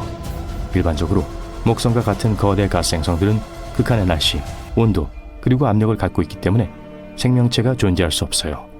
그리고 생명을 창조할 수 있는 구성 요소도 없을 거예요. 하지만 지구와 같은 더 작은 지구형 행성은 산소와 액체물과 같은 더 많은 핵심 성분을 갖고 있어요. 게다가 더 온화한 날씨와 다른 조건들을 갖고 있죠. 그럼에도 여전히 그 모든 행성들이 생명을 보듬어 주는 건 아니에요. 지구에 있는 것과 비슷한 조건을 가진 행성을 발견하는 건 쉽지 않아요. 아니면 적어도 그곳에 생명체가 자랄 수 있는 조건들을 말이에요. 하지만 케플러 22b를 만나보세요. 가장 유망한 발견 중 하나죠. 우리로부터 600광년 떨어져 있으며 우리 지구보다 2배 더 크고 온도는 22도예요. 소위 슈퍼지구라고 불리죠. 이곳은 태양계에 있는 우리의 다른 행성들과는 범주가 달라요. 그것들은 지구보다 더 무겁지만 전왕성이나 해왕성 같은 얼음 행성보단 여전히 가벼워요. 슈퍼지구는 암석, 가스 또는 이 두 가지 혼합물로 구성되어 있을 수 있어요. 케플러 22b는 우리 태양보다 덜 밝은 무항성의 생명 거주 가능 영역 내에 있죠. 이 행성에는 아마 암석핵이 있을 거예요. 바다는 있을 수 있지만 어떠한 생명체도 없을 수 있어요. 적어도 그건 우리가 몰라요. 아직은요. 화성에는 여러 얼굴이 있습니다. 정말이에요. 1976년 바이킹 1 궤도선이 화성을 탐사하던 중 흥미로운 것을 발견했는데 바로 사람의 얼굴처럼 생긴 커다란 구조물이었습니다. 시도니아라는 지역에 있었어요. 이 행성은 곧 큰 인기를 얻게 되었습니다. 조금 후에 리비아 몬테스에서 소위 왕관 얼굴이라고 불리는 것도 발견했습니다. 화성에는 일반적으로 이상한 구조물이 많이 있어요. 2022년 우리는 그곳에서 문과 같은 구조물을 발견했습니다. 나사의 큐리오시티 로버가 샤프산에 있는 이스트 클리프라는 바위 언덕의 사진을 찍었어요. 이 마운드에서는 자연적인 균열이 있고 그 중 하나는 고대 이집트 무덤처럼 볼 수 있는 개 문 정도의 크기예요. 많은 사람들이 그 이야기를 과장했어요. 이 이야기가 소셜미디어에 널리 공유되면서 균열이 실제보다 더 크게 보이게 됐습니다. 어떤 사람들은 외계 생명체를 암시한다고 생각하기도 해요. 하지만 자세히 살펴본 결과 나사는 암석 지형의 좁은 균열에 불과하다는 사실을 알아냈습니다. 이러한 균열과 틈새는 지구와 화성 모두 암석 지형에서 흔히 볼 수 있는 현상이에요. 이 균열은 바람의 침식이나 화성 지진으로 인해 시간이 지나면서 자연적으로 형성된 거예요. 화성은 신비한 구조의 금광입니다. 최근에 우리는 그곳에서 이상한 나선형 구조물을 발견했어요. 용암으로 만들어진 거대한 코일로 마치 커다란 스프링이나 고리처럼 보입니다. 수년 동안 우리는 화성의 계곡이 용암으로 형성된 것인지 얼음으로 형성된 것인지 확신하지 못했습니다. 이 용암 코일이 그 수수께끼를 밝혀주고 있어요. 나사의 화성 정찰 궤도선의 고해상도 이미지 덕분에 연구원들은 얼음 관련 활동으로는 설명할 수 없는 269개의 용암 나선형을 발견했습니다. 흥미로운 점은 이 용암 코일이 하와이 용암 흐름에 의해 형성된 용암 코일처럼 지구에서 볼 수 있는 용암 코일과 비슷하다는 거예요. 이 나선형은 너무 잘 보존되어 있어서 이전에는 간과하기 쉬웠어요. 폭은 16m에서 거의 30.5m에 달하며 먼지가 많은 화성의 풍경과 조화를 이루며 은은하게 존재해요. 이 코일은 화성의 구성, 특히 지각과 멘틀에 대해 많은 것을 알려줄 수 있지만 아직 많이 알려지진 않았어요. 하지만 화성에만 이상한 구조가 있는 건 아닙니다. 예를 들어 태양계의 가스거인 토성에는 북극의 거대한 육각형이라는 흥미로운 특징이 있어요. 이것은 육각형 모양의 구름 패턴입니다. 길이가 약 14,000km 이상으로 지구의 지름보다 더 크답니다. 시속 약 322km로 빠르게 움직이는 기체로 이루어진 제트기류로 추정돼요. 이 육각형은 80년대 보이저 탐사선에 의해 처음 발견되었고 이후 2006년 카시니 탐사선에 의해 가까이에서 관찰됐어요. 카시니 미션은 시간이 지남에 따라 육각형의 색이 파란색에서 황금색으로 변하는 걸 발견했습니다. 토성에 왜 이런 것이 있는지에 대해서는 여러 가지 이론이 있어요. 한 가지 이론은 토성의 그 근처에서 바람이 다른 속도로 움직이는 방식 때문에 형성된다는 거예요. 실험실 실험에서 액체를 다른 속도로 회전시켰을 때 비슷한 모양이 만들어졌습니다. 또 다른 아이디어는 토성의 특별한 날씨 패턴과 함께 느리게 회전하는 공기 흐름이 원인일 수 있다고 제안해요. 2020년 폭풍이 반대 방향으로 소용돌이치는 바람에 둘러싸여 있을 때 안정적인 육각형 모양을 만들 수 있다는 사실을 발견했습니다. 지금까지는 이것이 가장 유력한 설명이에요. 토성은 또한 기괴한 위성들과 함께 운이 좋았습니다. 그중 하나가 라페투스예요. 이 달은 거대한 띠처럼 가운데를 감싸고 있는 거대한 능선이 있다는 이상한 특징을 가지고 있어요. 기본적으로 거대한 호두처럼 보여요. 호두까기 인형은 어디 있죠? 이 능선은 높이가 약 13km에서 최대 19km, 폭이 200km에 이르며 우리 기준으로는 엄청나게 높습니다. 달 표면의 4분의 3 이상을 덮고 있고 태양계 전체에서 세 번째로 큰 산맥으로 간주돼요. 이 거대한 능선이 어떻게 형성되었는지는 아직 밝혀지지 않았어요. 다른 행성이나 달에서 볼 수 있는 것과는 다른 모습입니다. 이 능선이 죽은 달의 잔해일 수 있다는 한 가지 아이디어가 있습니다. 수십억 년 전 거대한 충돌이 이아페투스에서 물질 덩어리를 산산조각 냈어요. 이 조각들은 달 주위를 돌며 미니 달 또는 하위 위성을 형성했습니다. 시간이 지나면서 라페투스의 중력이 이 미니 달을 찢어버렸고 그 주변에 잔해의 고리가 생겼습니다. 이 고리의 파편이 다시 이아페투스로 떨어지면서 오늘날 우리가 보는 거대한 산등성이가 만들어졌어요. 연구원들은 이 과정이 수세기에 걸쳐 빠르게 일어났다고 생각해요. 다행히도 이아페투스는 토성에서 꽤 멀리 떨어져 있었기 때문에 토성의 중력이 간섭하지 않았습니다. 만약 라페투스가 토성에 더 가까웠다면 그 위성이 끌어당겨졌을 수도 있어요. 하지만 이 이론이 사실인지 확인하려면 더 많은 시뮬레이션을 해봐야 해요. 토성의 또 다른 위성인 타이탄도 메탄 바다에서 이상한 일이 일어나고 있어요. 과학자들은 시간이 지남에 따라 나타났다가 사라지는 마법의 섬이라고 불리는 이상한 밝은 반점을 발견했어요. 우리는 그게 무엇인지 전혀 모릅니다. 타이탄의 대기는 서로 뭉쳐서 눈처럼 표면으로 떨어지는 복잡한 유기분자로 가득 차 있습니다. 이 마법의 섬은 메탄을 흡수하고 매우 천천히 가라앉는 눈덩어리일 수 있어요. 하지만 문제가 있어요. 물에서는 분자가 서로 달라붙기 때문에 물 위에 물질이 떠 있을 수 있어요. 하지만 메탄은 다릅니다. 메탄은 다른 분자를 붙잡는 걸 좋아하기 때문에 모든 고체 물질을 즉시 가라앉게 만들어요. 하지만 이 마법의 섬은 가라앉지 않아요. 이 섬들은 구멍이 많은 얼음으로 만든 스펀지 같다는 이론이 있어요. 이 구멍이 많은 얼음 조각이 호수 가장자리에서 떨어져 나오면 타이탄의 바다 위에 잠시 떠 있다가 아래로 가라앉는다는 거죠. 질소가스 거품이나 바람으로 인한 파도 같은 다른 아이디어도 있어요. 확실히 알기 위해서는 더 많은 연구가 필요해요. 달은 이상하게 생겼어요. 우리 달만 봐도 알 수 있죠. 1971년에 우리 달에서 흙이 사라진 부분을 발견했는데 마치 푸른 호수처럼 보였어요. 그들은 이 신비한 장소를 이나라고 부릅니다. 1971년 아폴로 15호 임무 중에 처음 발견됐어요. 이후 아폴로 17호 미션에서 더 선명한 사진을 찍었죠. 푸르스름한 D 글자 모양의 이 점은 달에서 가장 이상한 것 중 하나입니다. 이 색은 현무암이라는 티타늄이 풍부한 특수 암석에서 유래합니다. 이 암석들이 이나의 바닥을 덮고 있어 파란색으로 보여요. 이나 내부의 마운드 가장자리 근처에도 푸른빛이 도는 부분이 있어요. 이나는 독특하며 아마도 오랜 역사를 가지고 있을 거예요. 화산 활동이 있었을 수도 있는데 약 35억 년 전의 토루가 남아 있습니다. 이는 이나를 둘러싸고 있는 화산 보호막의 표면 나이와 비슷해요. 우리 달에도 화성과 마찬가지로 얼굴이 있어요. 달의 남극 근처에 얼굴처럼 보이는 영역이 있습니다. 하지만 멀리서 보면 얼굴과 비슷한 이미지를 만들어내는 크레이터와 그림자가 모여 있는 것일 뿐이에요. 이 분화구는 수십억 년 동안 존재해왔으며 달 표면의 약 16%를 덮고 있습니다. 이러한 분화구 중 일부는 내부에 물과 얼음이 있을 수도 있어요. 태양계에는 왜 이렇게 많은 얼굴이 있는지 궁금하실 거예요. 그건 바로 우리의 뇌가 얼굴이 없는 곳에서도 얼굴을 인식하도록 연결되어 있기 때문이에요. 이를 파레이돌리아 현상이라고 합니다. 우리의 뇌는 모양을 이해하려고 노력하는데 사람과 비슷하게 생긴 것을 보면 익숙하기 때문에 사람으로 인식해요. 의자에 옷이 있는 그림자 형상을 볼 때처럼요. 수성에서도 어떤 사람들은 미키마우스와 같은 모양을 봅니다. 외계 생명체가 아니라 우리 뇌가 장난을 쳐서 실제로 존재하지 않는 곳에서도 얼굴과 같은 친숙한 모양을 보게 만드는 것이니까 걱정하지 마세요.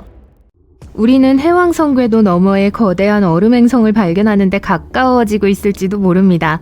명왕성, 미안하지만 넌 아니야. 최근 하와이에 있는 망원경의 데이터를 이용해 일부 우주 매핑은 우주에서 이 신비한 원리를 찾아라에 가능한 위치 중 약 78%를 제거했습니다. 이 행성은 제9의 행성 혹은 플래닛 X라고 불려요.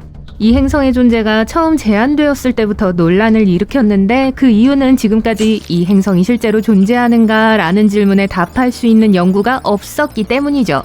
만약 발견된다면 제9 행성은 태양계에서 5번째로 큰 행성으로 지구의 10배에 달하는 질량을 가진 행성이 될 거예요. 또한 천왕성처럼 가스 행성일 것이라는 이론도 있어요. 2016년으로 거슬러 올라가는 제9 행성에 대한 초기 연구에 따르면 이 거대한 새 행성은 약 45억 킬로미터 떨어진 해왕성보다 20배 더 먼 태양 궤도를 도는 것으로 나타났습니다. 따라서 태양 주위를 한 바퀴 도는 데는 10,000년에서 20,000년이 걸릴 것으로 예상돼요. 그렇다면 아직 발견되지 않은 이 행성은 우리 우주에서 알려진 다른 어떤 행성보다 더 넓은 지역을 지배하게 될 거예요. 모두 흥미로운 가설뿐이고 이를 뒷받침할 만한 증거나 관측 자료는 하나도 없습니다. 이러한 가설을 단순한 추측으로 치부하기 전에 연구원들이 복잡한 수학적 모델링과 컴퓨터 시뮬레이션에 의존하여 행성의 특성을 추측했다는 점을 알아두는 것이 중요합니다. 그것이 그들의 임무니까요. 이 행성의 가상의 존재는 해왕성 너머에 위치한 다양하고 신비한 특징을 설명할 수 있어요. 특히 카이퍼 벨트에 대해서요. 해성과 명왕성과 같은 외소행성을 포함하여 태양계 형성 과정에서 남은 얼음 파편으로 가득 찬 거대한 도넛 모양의 지역이죠. 카이퍼 벨트에서 가장 멀리 떨어져 있는 6개의 천체는 타원형 궤도를 그리며 물리적 공간 내에서 모두 비슷한 방향을 향하고 있고 알려진 8개의 행성의 궤도면에 비해 약 30도 아래쪽으로 기울어져 있습니다. 여기서 이상한 점은 태양계를 도는 궤도 속도가 서로 다르지만 이 정렬을 유지한다는 거예요. 이러한 정렬이 무작위로 일어날 가능성은 0.007% 정도로 극히 낮습니다. 따라서 가상의 거대한 천체인 제9 행성이 이 이상한 현상에 대한 그럴듯한 설명을 제공합니다. 제9 행성의 중력이 이러한 궤도를 형성하는데 영향을 미칠 수 있다는 거예요. 초기 이론은 관측 편향과 계산 오류라는 비난에 직면하면서 오래 지속되지 못했습니다. 그러다 2017년 또 다른 연구 결과가 발표되면서 제9 행성이 실제로 존재할지도 모른다는 생각이 다시 떠올랐습니다. 이번에 스페인 천문학자들은 해왕성 횡단 천체를 관측하는 데 초점을 맞춘 새로운 접근법을 시도했습니다. 이 천체들은 평균 거리가 220억 킬로미터를 넘는 매우 긴 타원형 경로로 태양 주위를 공전해요. 이 연구는 이 천체들의 노드와 태양 사이의 거리가 제9행성의 위치에 대한 단서를 제공할 수 있다고 제안합니다. 이 노드는 천체의 궤도가 태양계 평면과 교차하는 지점이에요. 이러한 천체가 이 지점에 도달하면 다른 태양계 천체와 상호작용할 가능성이 높아져 궤도에 큰 변화를 일으키거나 충돌할 수도 있습니다. 따라서 이 극단적인 해왕성 횡단 천체의 궤도가 안정적으로 유지된다면 모든 것이 괜찮습니다. 하지만 그렇지 않다면 다른 무언가, 큰 무언가가 이 천체들의 경로를 방해하고 있다는 신호예요. 연구 결과 눈에 보이지 않는 무언가가 이 천체들을 궤도에서 벗어나게 하고 있다는 사실이 밝혀졌습니다. 그리고 그 무언가는 지구보다 태양에서 300에서 400배 더 먼 거리에 있는 행성일 수 있습니다. 오늘날까지 해왕성 횡단 천체에 대한 연구는 제9행성의 존재에 대한 가장 강력한 증거입니다. 이 이론이 여전히 확신이 서지 않는다면 이전에도 이와 같은 이상한 움직임이 행성 발견으로 이어진 적이 있다는 사실을 알아두세요. 예를 들어 해왕성은 천왕성의 움직임이 뉴턴의 중력 예측과 일치하지 않아서 발견되었어요. 하지만 천왕성의 궤도 편향은 발견되지 않은 행성의 인력에 의한 것으로 설명할 수 있었습니다. 그리고 그렇게 해왕성을 발견했습니다. 2021년 다시금 제9행성에 대한 이야기가 무성합니다. 오래된 추측을 수정한 결과 이 미스테리한 행성이 7000년마다 태양 주위를 도는 장대한 공전 주기를 따른다는 연구 결과가 발표되고 있습니다. 이는 이 행성이 우리가 생각했던 것보다 더 가까워서 망원경으로 더 쉽게 발견할 수 있다는 걸 의미하기 때문에 엄청난 소식이에요. 이 논문은 또한 이 먼 천체들의 괴상한 궤도가 우주적 우연이 아니라 보이지 않는 행성 때문일 확률이 무려 99%에 달한다고 제안해요. 이제 이 모든 상황이 우연일 확률은 250분의 1로 줄어들었고 이는 2016년의 10,000분의 1 확률보다 훨씬 높아요. 이 모든 낙관적인 수치 덕분에 우리는 희망을 잃지 않고 더 나은 장비를 개발하여 제9행성을 찾기 위한 임무를 계속할 수 있게 되었습니다. 앞서 언급했듯이 하와이의 연구원들은 파노라마 조사 망원경과 신속 대응 시스템을 활용하여 일종의 보물 지도를 만들어 행성의 위치 78%를 가려냈습니다. 우주라는 건초 더미에서 행성이라는 바늘을 찾는 것이 얼마나 어려운 일인지 생각해보면 이는 희소식입니다. 하지만 안타깝게도 제9행성의 존재는 태양계의 어두운 외곽에서 유령처럼 남아있어요. 열성적인 사람들은 여전히 그 존재를 확신하고 있으며 지구의 새로운 우주사촌의 발견을 축하하는 건 시간 문제라고 믿고 있습니다. 그들은 현재 칠레에 건설 중이고 2025년 후반에 과학 활동을 시작할 예정인 베라시 루빈 천문대에 희망을 걸고 있습니다. 이 천문대는 10년에 걸쳐 세계에서 가장 큰 디지털 카메라가 장착된 8m의 고속 이동 망원경으로 며칠 밤마다 남반구 전체 하늘을 스캔할 예정이에요. 해왕성까지 도달하여 태양계의 모든 것을 목록화하고 우주 쓰레기, 소행성, 해성, 별을 포함한 수백만 개의 천체의 움직임을 추적하는 것이 이 프로젝트의 목표입니다. 제9행성이 실제로 존재한다면 2차 세대 망원경이 발견할 수 있을 거예요. 이 신비한 행성의 존재는 과학계에서 보편적으로 받아들여지지 않고 있어요. 해왕성 너머에서 일어나는 이상한 현상에 대한 유일한 설명은 제9행성만이 아니기 때문이에요. 한 가지 이론은 외소행성, 해성, 위성과 같은 멀리 떨어진 천체들이 해왕성 바깥 천체의 궤도에 집단적으로 영향을 미칠 수 있다고 제안합니다. 다른 사람들은 이 모든 것의 배후에 블랙홀이 있다고 믿어요. 이 압축된 질량은 우주에서 가장 밀도가 높은 천체 중 하나로 유령 행성으로 추정되는 제9행성처럼 다른 천체의 궤도에 영향을 미칠 수 있어요. 또 다른 대담한 관점은 중력 법칙에 대한 우리의 현재 이해에 결함이 있으며 실제로 불완전하다는 것을 시사해요. 수정 뉴턴 역학으로 알려진 이 이론은 멀리 떨어진 얼음 천체가 이상한 행동을 보이는 건 다른 행성의 간섭 때문이 아니라 은하수의 거대한 중력장이 영향을 미치기 때문이라고 주장해요. 그러나 이 이론을 지지하는 사람들조차도 확실한 결론을 내리기에는 아직 이르며 훨씬 더 광범위한 연구가 필요하다는 점을 인정하고 있습니다. 우리가 제9행성에 대한 끊임없는 탐구를 계속하는 동안 일부 천문학자들은 한 걸음 더 나아가 가상의 제10행성의 존재를 제안했습니다. 이 행성은 화성이나 지구와 비슷한 질량과 크기를 가지고 있으며 카이퍼 벨트의 가장자리에 위치해 있습니다. 하지만 문제는 이 제10 행성이 과학자들이 믿는 것처럼 작다면 궤도의 잔해를 치울 만큼 중력이 충분하지 않을 수 있다는 거예요. 이는 명왕성이 2006년 문제가 된 이유 중 하나와 매우 유사해요. 따라서 너무 흥분하지 않는 것이 좋아요. 제10 행성으로 추정되는 이 행성은 결국 또 다른 외소 행성으로 분류될 수 있으니까요. 충돌의 진원지를 중심으로 불길이 번집니다. 불은 지나는 길에 있는 모든 것을 태워버려요. 폭발로 높아진 파도가 대도시를 덮칩니다. 그리고 지진이 너무 강해서 거대한 고층 건물들이 카트집처럼 무너져요. 우리 태양계를 방문한 역사상 최초의 성간 물체가 지구에 충돌했을 때 발생할 수 있는 결과들입니다. 이 성간 물체는 2017년에 발견됐지만 우린 여전히 그것이 무엇인지 확신하지 못해요. 소행성, 해성 또는 어떤 우주 문명의 우주선일까요? 과학자들은 그것을 오umuamua 이름 지었어요. 소 울음소리 같죠? 매. 그것이 무엇이든 간에 그 속도는 초당 약 87km로 다른 소행성들보다 훨씬 빠릅니다. 이 속도라면 미국을 3분 이내에 횡단할 수 있어요. 그래서 이 소행성은 약 2달 안에 지구에서 태양까지 이동할 수 있습니다. 그에 비해 우리 로켓은 시속 27,000km의 속도로 이동할 수 있어요. 미국을 횡단하는 데는 약 9분이 걸릴 거예요. 그래서 많은 과학자들은 이것이 매우 진보된 문명에 의해 만들어진 인공 물체라고 추측해요. 좋아요? 그리고 물체 모양이 이 이론을 뒷받침해요. 길고 좁은 것이 우주선을 닮았거든요. 약 800m 길이로 에펠탑보다 훨씬 더 커요. 과학자들은 오umuamua가 정말 누군가의 우주선인지 알아보기로 하고 여러 개의 전파 망원경을 겨눴어요. 만약 그 우주선의 문명이 통신을 사용하거나 그들의 기술로 우리를 스캔했다면 그걸 알 수 있을 거예요. 하지만 완전한 침묵이 흘렀어요. 반응이 없었죠. 단 하나의 전파도 없었어요. 하지만 그렇다고 해서 우주 문명의 이론을 반증하는 것은 아니에요. 좀 더 확실히 알아보기 위해 물체의 무게를 측정하기로 했어요. 이를 위해 우리는 빛을 사용해요. 더 정확히 말하자면 반사된 빛이죠. 알다시피 모든 물질은 다른 방식으로 빛을 반사해요.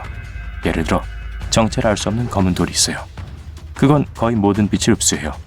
거의 아무것도 반사하지 않아요. 카탈로그로 확인합니다. 수시예요. 물체의 크기와 재질을 알면 무게를 알 수 있어요. 그래서 이 물체가 얼마나 많은 빛을 반사하는지 알아볼 필요가 있습니다. 그리고 과학자들이 망원경을 오umuamua로 향했을 때 그것이 철과 일부 단단한 암석에 해당하는 색을 반사한다는 걸 알게 되었어요. 그리고 오umuamua는 항상 번쩍였어요. 눈부신 섬광, 그 뒤 천천히 희미해지다가 다시 빛나기 시작했어요. 이건 회전하고 있다는 의미예요. 그런데 화살처럼 축을 중심으로 회전하는 게 아니었어요. 가장자리가 위아래로 움직이며 정신없이 회전했어요. 인공물체나 우주선이라면 그런 과부하 때문에 산산조각이 났을 거예요. 하지만 오umuamua는 여전히 온전해요. 이는 그것이 부서지지 않는 초강력 물질로 만들어졌다는 걸 의미합니다. 그리고 우주선처럼 속이 비어있지 않아요. 하나의 단단한 몸체예요. 저처럼요. 이 물체의 놀라운 속도 역시 매우 신기해요. 일부 해성은 비슷하거나 심지어 더 빠른 속도로 움직여요. 하지만 일종의 로켓 효과도 있죠. 우주선이 발사대에서 출발할 때 엔진에서 불꽃이 터지는 걸 볼 수 있습니다. 매 초마다 로켓은 산소와 연료를 혼합하고 점화시키고 엄청난 속도로 그것을 배출해요. 물리법칙에 따르면 이것은 벽을 밀어내는 것과 같아요. 로켓은 배출하는 연소 가스로부터 위로 뛰어올라요. 로켓은 이런 방식으로 추진력을 얻고 가속해요. 해성은 비슷한 원리로 작용해요. 태양광선이 해성의 표면에 닿아요. 얼음과 같은 가벼운 원소들은 증발하기 시작해요. 그 가스는 한쪽으로 향하고 해성은 다른 쪽으로 움직이죠. 마치 로켓처럼 해성은 증발하는 가스를 밀어내고 가속해요. 이 가스는 또한 해성의 긴 꼬리를 형성해요.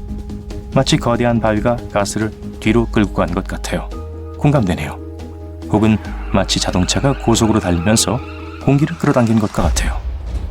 하지만 오umuamua는 해성이 아니에요. 그리고 그런 꼬리도 없어요. 해성처럼 로켓 효과도 없어요. 그러니까 그 정도 속도까지 가속할 수 없었을 거예요. 하지만 어떤 과학자들은 오umuamua가 예전엔 꼬리를 가지고 있었다고 믿고 있어요. 비록 우리가 2017년에야 발견했지만 그건 1995년에 우리 태양계에 들어왔어요.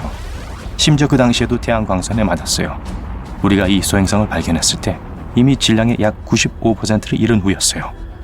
그냥 증발해버렸죠. 다른 과학자들은 오umuamua가 탄생하는 동안 다른 항성계나 성운에서 이 속도를 얻었다고 믿어요. 아마도 어떤 외계 행성과 다른 우주 물체의 극적인 충돌이었을 거예요. 충돌의 거대한 폭발 에너지가 길쭉한 파편을 우주 공간으로 내던진 거죠. 아니면 초신성 폭발이었을 수도 있어요. 별은 수명을 다하면 적색 거성이 됩니다. 별이 수백 배로 더 크게 부풀려진 모습이에요. 그러고 나서 별은 수축하고 엄청난 힘으로 폭발합니다. 그 폭발의 파장은 진원지에서 수광 년 떨어진 곳까지 이동할 수 있어요. 우주에서 가장 밝은 빛을 발하는 사건 중 하나죠. 그래서 초신성이 외계 행성을 산산조각 낸 것일 수 있어요. 그 조각 중 하나인 오umu아무아가 많은 에너지와 속도를 얻었고 지구를 향한 긴 여행을 시작한 거죠. 그래서 오umu아무아가 계속 심하게 회전하고 있는 거예요. 하지만 최근 과학자들은 오umu아무아가 거대한 얼음 덩어리일지도 모른다는 이론을 발표했습니다. 우리가 알고 있는 얼음은 H2O, 물이에요. 하지만 오umu아무아는 N2, 질소 얼음일 수 있어요. 5억 년 동안 성간 우주에 온전하게 남아있었을 거예요. 그리고 태양계에 도착했을 때 질소 얼음은 태양 광선의 3분의 1을 반사했을 거예요. 그래서 그렇게 많이 뜨거워지지 않았어요. 오umu아무아가 꼬리가 없는 이유도 바로 그 때문일 거예요. 명왕성에서도 같은 질소 얼음을 발견할 수 있어요. 해왕성의 위성 중 하나인 트리톤에서도요. 그러니까 오umu아무아는 비슷한 얼음 행성에서 왔을 거예요. 하지만 우주 탐사선을 보내야만 확실히 알 수 있어요. 과학자들은 그것을 위해 프로젝트 라이라를 계획했어요. 문제는 오umu아무아가 태양계를 엄청난 속도로 떠나고 있는데 우리 로켓이 날 수 있는 것보다 훨씬 더 빠른 속도란 거예요. 그리고 가능한 한 빨리 이 우주 암석이 너무 멀리 가기 전에 따라잡아야 해요. 그렇게 하려면 중력 기동을 이용해야 합니다. 우선 우주 탐사선은 목성 옆을 지나가요. 목성의 중력을 이용하여 가속하기 위해 가까이 지나가요. 그 후 탐사선은 태양을 향합니다. 그리고 우주 암석을 향해 새총처럼 발사하기 위해 가능한 태양 가까이를 날 거예요. 소행성에 도달하기 위한 두 번째 방법은 마이크로 프로브를 사용하는 거예요. 1000개 정도를 궤도에 올려야 해요. 그것들은 성냥보다 무겁지 않아야 해요. 각각 권투링 크기의 가벼운 돛이 달려 있어요. 그리고 나서 우린 지상에서 강력한 레이저 빔을 이 돛에 맞추어 쏩니다. 그러면 탐사선을 빛의 속도의 약 20%까지 가속하도록 해줄 거예요. 소행성을 지나치지 않기 위해 너무 빨리 가면 안 돼요. 궤도에 진입하거나 그 위에 착륙해야 하죠. 하지만 속도가 너무 느리면 우리가 따라잡기 전에 오umu아무아가 태양계를 떠나버릴 거예요. 이건 좋은 경험이 될 거예요. 왜냐하면 미래엔 이런 소행성을 우주 택시로 이용할 수 있기 때문이에요. 우리가 해야 할 일은 그런 성간 소행성의 궤도에 진입하거나 심지어 그 소행성에 착륙하는 거예요. 그러고 나면 우리는 연료를 전혀 사용하지 않고 놀라운 속도로 우주를 계속 이동할 수 있어요. 이건 장거리 여행에 좋은 옵션이 될 거예요. 아니면 다른 항성계에 보급품을 전달할 수도 있어요. 그렇다면 왜 우리가 이런 물체를 두려워해야 할까요? 오umu아무아만한 크기의 소행성과 충돌하면 나라 전체를 쓸어버릴 수도 있어요. 만약 바다 어딘가에 떨어진다면 고층 건물보다 더 높은 파도를 일으킬 수 있어요. 과학자들은 그런 물체로부터 우리를 보호할 방법을 찾기 위해 노력하고 있어요. 한 가지 방법은 부딪히는 거예요. 만약 잠재적으로 위험한 물체를 발견하면 그것을 향해 우주선을 보냅니다. 속력을 내요. 우주선은 소행성의 궤적을 약간 움직일 수 있는 각도로 소행성에 부딪히는 거예요. 우주적인 규모로 볼 때 너무 많이 움직이면 소행성의 최종 목적지가 극적으로 바뀔 수 있어요. 우리는 소행성이 지구를 지나쳐가기를 원할 뿐이에요. 또한 소행성에 통제된 폭발을 일으킬 수도 있어요. 이것도 같은 원리에 기초해요. 폭발의 힘이 소행성의 궤적을 약간 바꾸는 거죠. 아니면 거대한 바위가 더 작은 조각들로 부서질 거예요. 너비 24m 이하의 소행성은 공기와의 마찰로 인해 우리 대기에서 완전히 타버릴 거예요. 24m에서 0.8km 사이의 소행성은 완전히 타지 않고 국소적인 피해를 일으킬 수 있어요. 더 큰 것은 매우 위험하게 여겨져요. 당연하겠죠? 공상과학 소설의 전통적인 방법은 소행성의 로켓 엔진을 장착하는 거예요. 그러면 우린 우주 암석의 궤적을 바꿀 수 있을 뿐만 아니라 그것을 조정할 수도 있죠. 그리고 그것을 다른 소행성에 대항하여 사용할 수도 있어요. 마치 우주 당구를 하는 것처럼요. 45년 넘게 성간 우주를 여행해왔고 사람으로 치면 흰머리가 나기 시작했을 보이저 1호가 갑자기 지구로 이상한 신호를 보내기 시작했습니다. 더욱 기이한 것은 탐사선에 이상이 있다는 흔적이 전혀 없다는 거였어요. 나사의 과학자들은 필사적으로 그 이유를 찾기 위해 노력하고 있습니다. 정확히 어떤 일이 있었던 거죠? 먼저 보이저 1호와 그 길고 긴 여정에 대해 말씀드릴게요. 보이저 1호는 미국의 우주 탐사선입니다. 나사의 과학자들은 1977년 9월 5일에 보이저 1호를 우주로 보냈어요. 보이저의 목표는 우리 태양계의 외부 행성들, 즉 목성과 토성을 탐험하는 것이었습니다. 처음에 과학자들은 이 임무가 약 5년이 걸릴 것이라고 추측했어요. 그 예상은 크게 빗나갔습니다. 탐사선은 모든 예측을 초과했어요. 보이저는 임무를 완수했을 뿐만 아니라 여전히 작동하고 있어요. 예상보다 훨씬 더 오랫동안요. 보이저 1호는 45년이 넘게 우주를 떠돌고 있습니다. 보이저 1호가 과학에 미친 영향은 과소평가할 수 없어요. 첫째, 목성과 토성의 많은 사진을 성공적으로 지구에 보냈습니다. 그리고 여러분은 이 사진들을 직접 확인할 수도 있어요.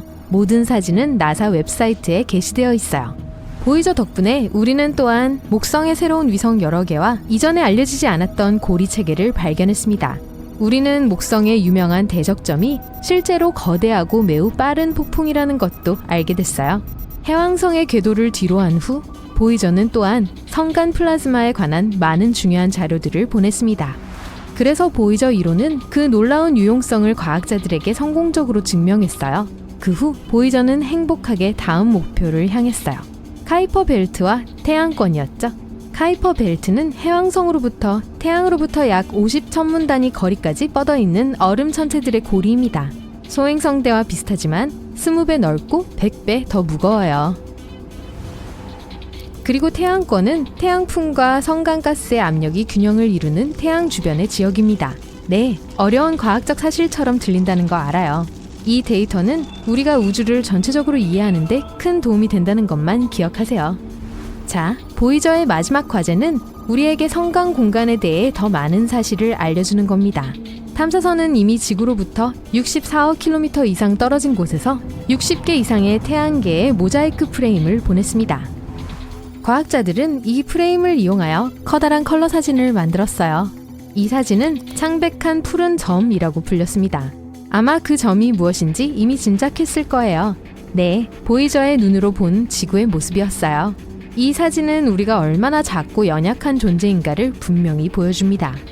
하지만 보이저 1호에는 또 하나의 훨씬 더 중요한 임무가 있습니다. 바로 다른 문명에게 우리 인간에 대해 알리는 거예요. 유명한 보이저 골든 레코드에 대해 들어본 적이 있을지도 몰라요. 사람들은 많은 오디오와 비디오 파일을 만들어 이 레코드에 추가했어요. 몇 개의 섹션이 있어요. 첫 번째는 55개 언어로 된 헬로를 포함하고 있습니다. 고대 언어와 멸종된 언어도 포함해서요. 녹음의 거의 80%는 다양한 음악 작품들입니다. 바흐, 베토벤, 모차르트, 스트라빈스키와 같은 클래식 음악, 다른 나라와 시대의 민속 음악, 그리고 루이 암스트롱과 척 베리의 유명한 노래들과 같은 블루스도 포함하고 있어요. 나머지 20%의 녹음물은 다른 인간의 목소리, 자연과 동물의 소리와 오디오 신호로 인코딩된 116개의 이미지를 포함합니다. 커트 월하임 전 유엔 장관과 지미 카터 전 미국 대통령의 연설 녹취록도 있어요. 그저 친절한 인사말이죠. 레코드 외에도 과학자들은 그것을 틀기 위한 바늘도 챙겼어요. 걱정하지 마세요. 이 모든 것을 어떻게 사용하는지, 그리고 소리를 그림으로 어떻게 변환하는지를 보여주는 간단한 그림도 남겼어요. 펄서 지도를 사용하여 만든 지구의 좌표도 추가했습니다. 지도는 밀키웨이에서의 태양의 위치를 보여줍니다. 이 레코드는 알루미늄 케이스에 담겨 있고 방사능과 우주 먼지로부터 보호하기 위해 금으로 덮여 있어요. 이 레코드를 싣고 보이저 1호는 긴 여행을 떠났습니다. 그리고 이미 꽤 먼 거리를 이동했다고 할 수 있어요. 현재 보이저 1호는 우리로부터 154천문 단위 떨어져 있어요. 그건 약 233억 킬로미터예요. 인간이 만든 가장 멀리 있는 물체예요. 처음에 이 타이틀은 파이어니어 10호 미션이 보유하고 있었지만 1998년에 보이저가 그것을 추월했습니다. 나사는 운이 좋았어요. 예상 유효 기간을 훨씬 지났거든요. 보이저 1호는 2주 먼저 우주로 보내진 쌍둥이 형제 보이저 2호를 추월할 정도로 정말 멋져요. 보이저 1호는 초당 17km의 속도로 움직입니다. 시간당 56,000km의 속도예요. 심지어 세계에서 가장 빠른 스포츠카도 시속 491km예요. 그래서 보이저의 속도를 상상하는 것은 어려워요. 어쨌든 현재 보이저호는 오르트 성운의 경계로 향하고 있습니다. 오르트 성운은 태양계를 둘러싸고 있는 얼음 물체의 가상층이에요. 천문학자들은 아직 그것의 존재를 확인하지는 않았지만 그곳에 있다고 거의 확신하고 있어요. 블랙홀도 얼마 전까지만 해도 그저 이론일 뿐이었어요. 불행하게도 보이저 1호는 태양계로 돌아오지 않을 거예요. 적어도 2025년까지는 지구와 연락을 유지할 것입니다. 하지만 결국에는 우리와 연결이 영원히 끊기게 될 거예요. 300년 후 오르트 성운의 경계에 도달할 것입니다. 그리고 3만 년 후 마침내 태양계를 떠나게 될 거예요. 그리고 만약 그 과정에서 아무 일도 일어나지 않는다면 만년 후에 보이저 1호는 기린 별자리에 있는 적색괴성 글리제 445에 접근할 것입니다. 미래의 이 탐사선은 은하수를 계속 돌아다닐 거예요. 자, 이제 신비한 신호에 대해 이야기해 볼게요. 무슨 일이 있었냐고요? 좀 특이한 일이었어요. 두 보이저호를 모두 감시하고 통제하는 나사 제트 추진 연구소는 2022년 5월에 이 문제를 보고했습니다. 우리의 베테랑 우주선이 갑자기 이상한 데이터를 지구로 보내기 시작했어요. 이 모든 상황은 나사의 기술자들조차 곤혹스럽게 만들었어요. 여러분은 아마 이렇게 생각하실 거예요. 아마 고장이 났거나 뭐 그런 거겠죠? 하지만 보이저 1호는 전혀 이상이 없었어요. 평상시처럼 작동하고 지구로부터 명령을 받고 수행하며 과학적인 데이터를 수집하고 보냅니다. 그러나 자세 및 접합부 제어 시스템인 AACS의 판독치는 보이저가 실제로 무슨 일이 일어나고 있는지는 더 이상 보여주지 않아요. 이 시스템은 우주에서 탐사선의 방향을 지원하고 지구와 접촉할 수 있도록 도와줍니다. 그래서 기본적으로 이 신호는 우주에서의 탐사선의 방향이 잘못되었다는 것을 의미해요. 하지만 과학자들은 이것이 사실이 아니라고 주장합니다. 안테나 신호의 소스가 계획된 대로 지구를 기준으로 동일한 위치로 유지되고 있었기 때문이에요. 온보드 장애 보호 시스템이 작동되지 않았어요. 탐사선이 안전 모드에 들어가지도 않았습니다. 그렇다면 도대체 무슨 일이 일어나고 있는 걸까요? 이 프로젝트의 책임자인 수잔 도드는 사실 이 문제를 전혀 예상하지 못했던 것은 아니라고 말합니다. 보이저 1호는 이미 45살이 되었기 때문이죠. 이 전문가는 탐사선에 무슨 일이 일어나고 있는지 여전히 수수께끼로 남아있다는 것을 인정합니다. 그들은 잘못된 데이터가 어디에서 오는지 정확히 알지 못해요. 이것이 보이저 운영에 어떤 영향을 미칠지는 분명하지 않습니다. 하지만 탐사선이 성강 공간에 있다는 것을 고려하면 그리 놀라운 일은 아니에요. 그곳에는 매우 높은 수준의 방사능이 있어요. 지금까지 어떤 우주선도 그 지점에 도달한 적이 없었어요. 나사의 과학자들은 문제를 알아낼 때까지 보이저 1호로부터 오는 데이터를 면밀히 감시할 것이라고 말합니다. 만약 문제가 발견된다면 담당자들은 문제를 고치려고 노력할 거예요. 그렇지 않으면 팀은 새로운 조건에 적응해야 할 거예요. 하지만 그 문제를 이해하는 것만으로는 충분하지 않을 수도 있습니다. 보이저로부터 신호를 받는 데는 무려 20시간 33분이 걸려요.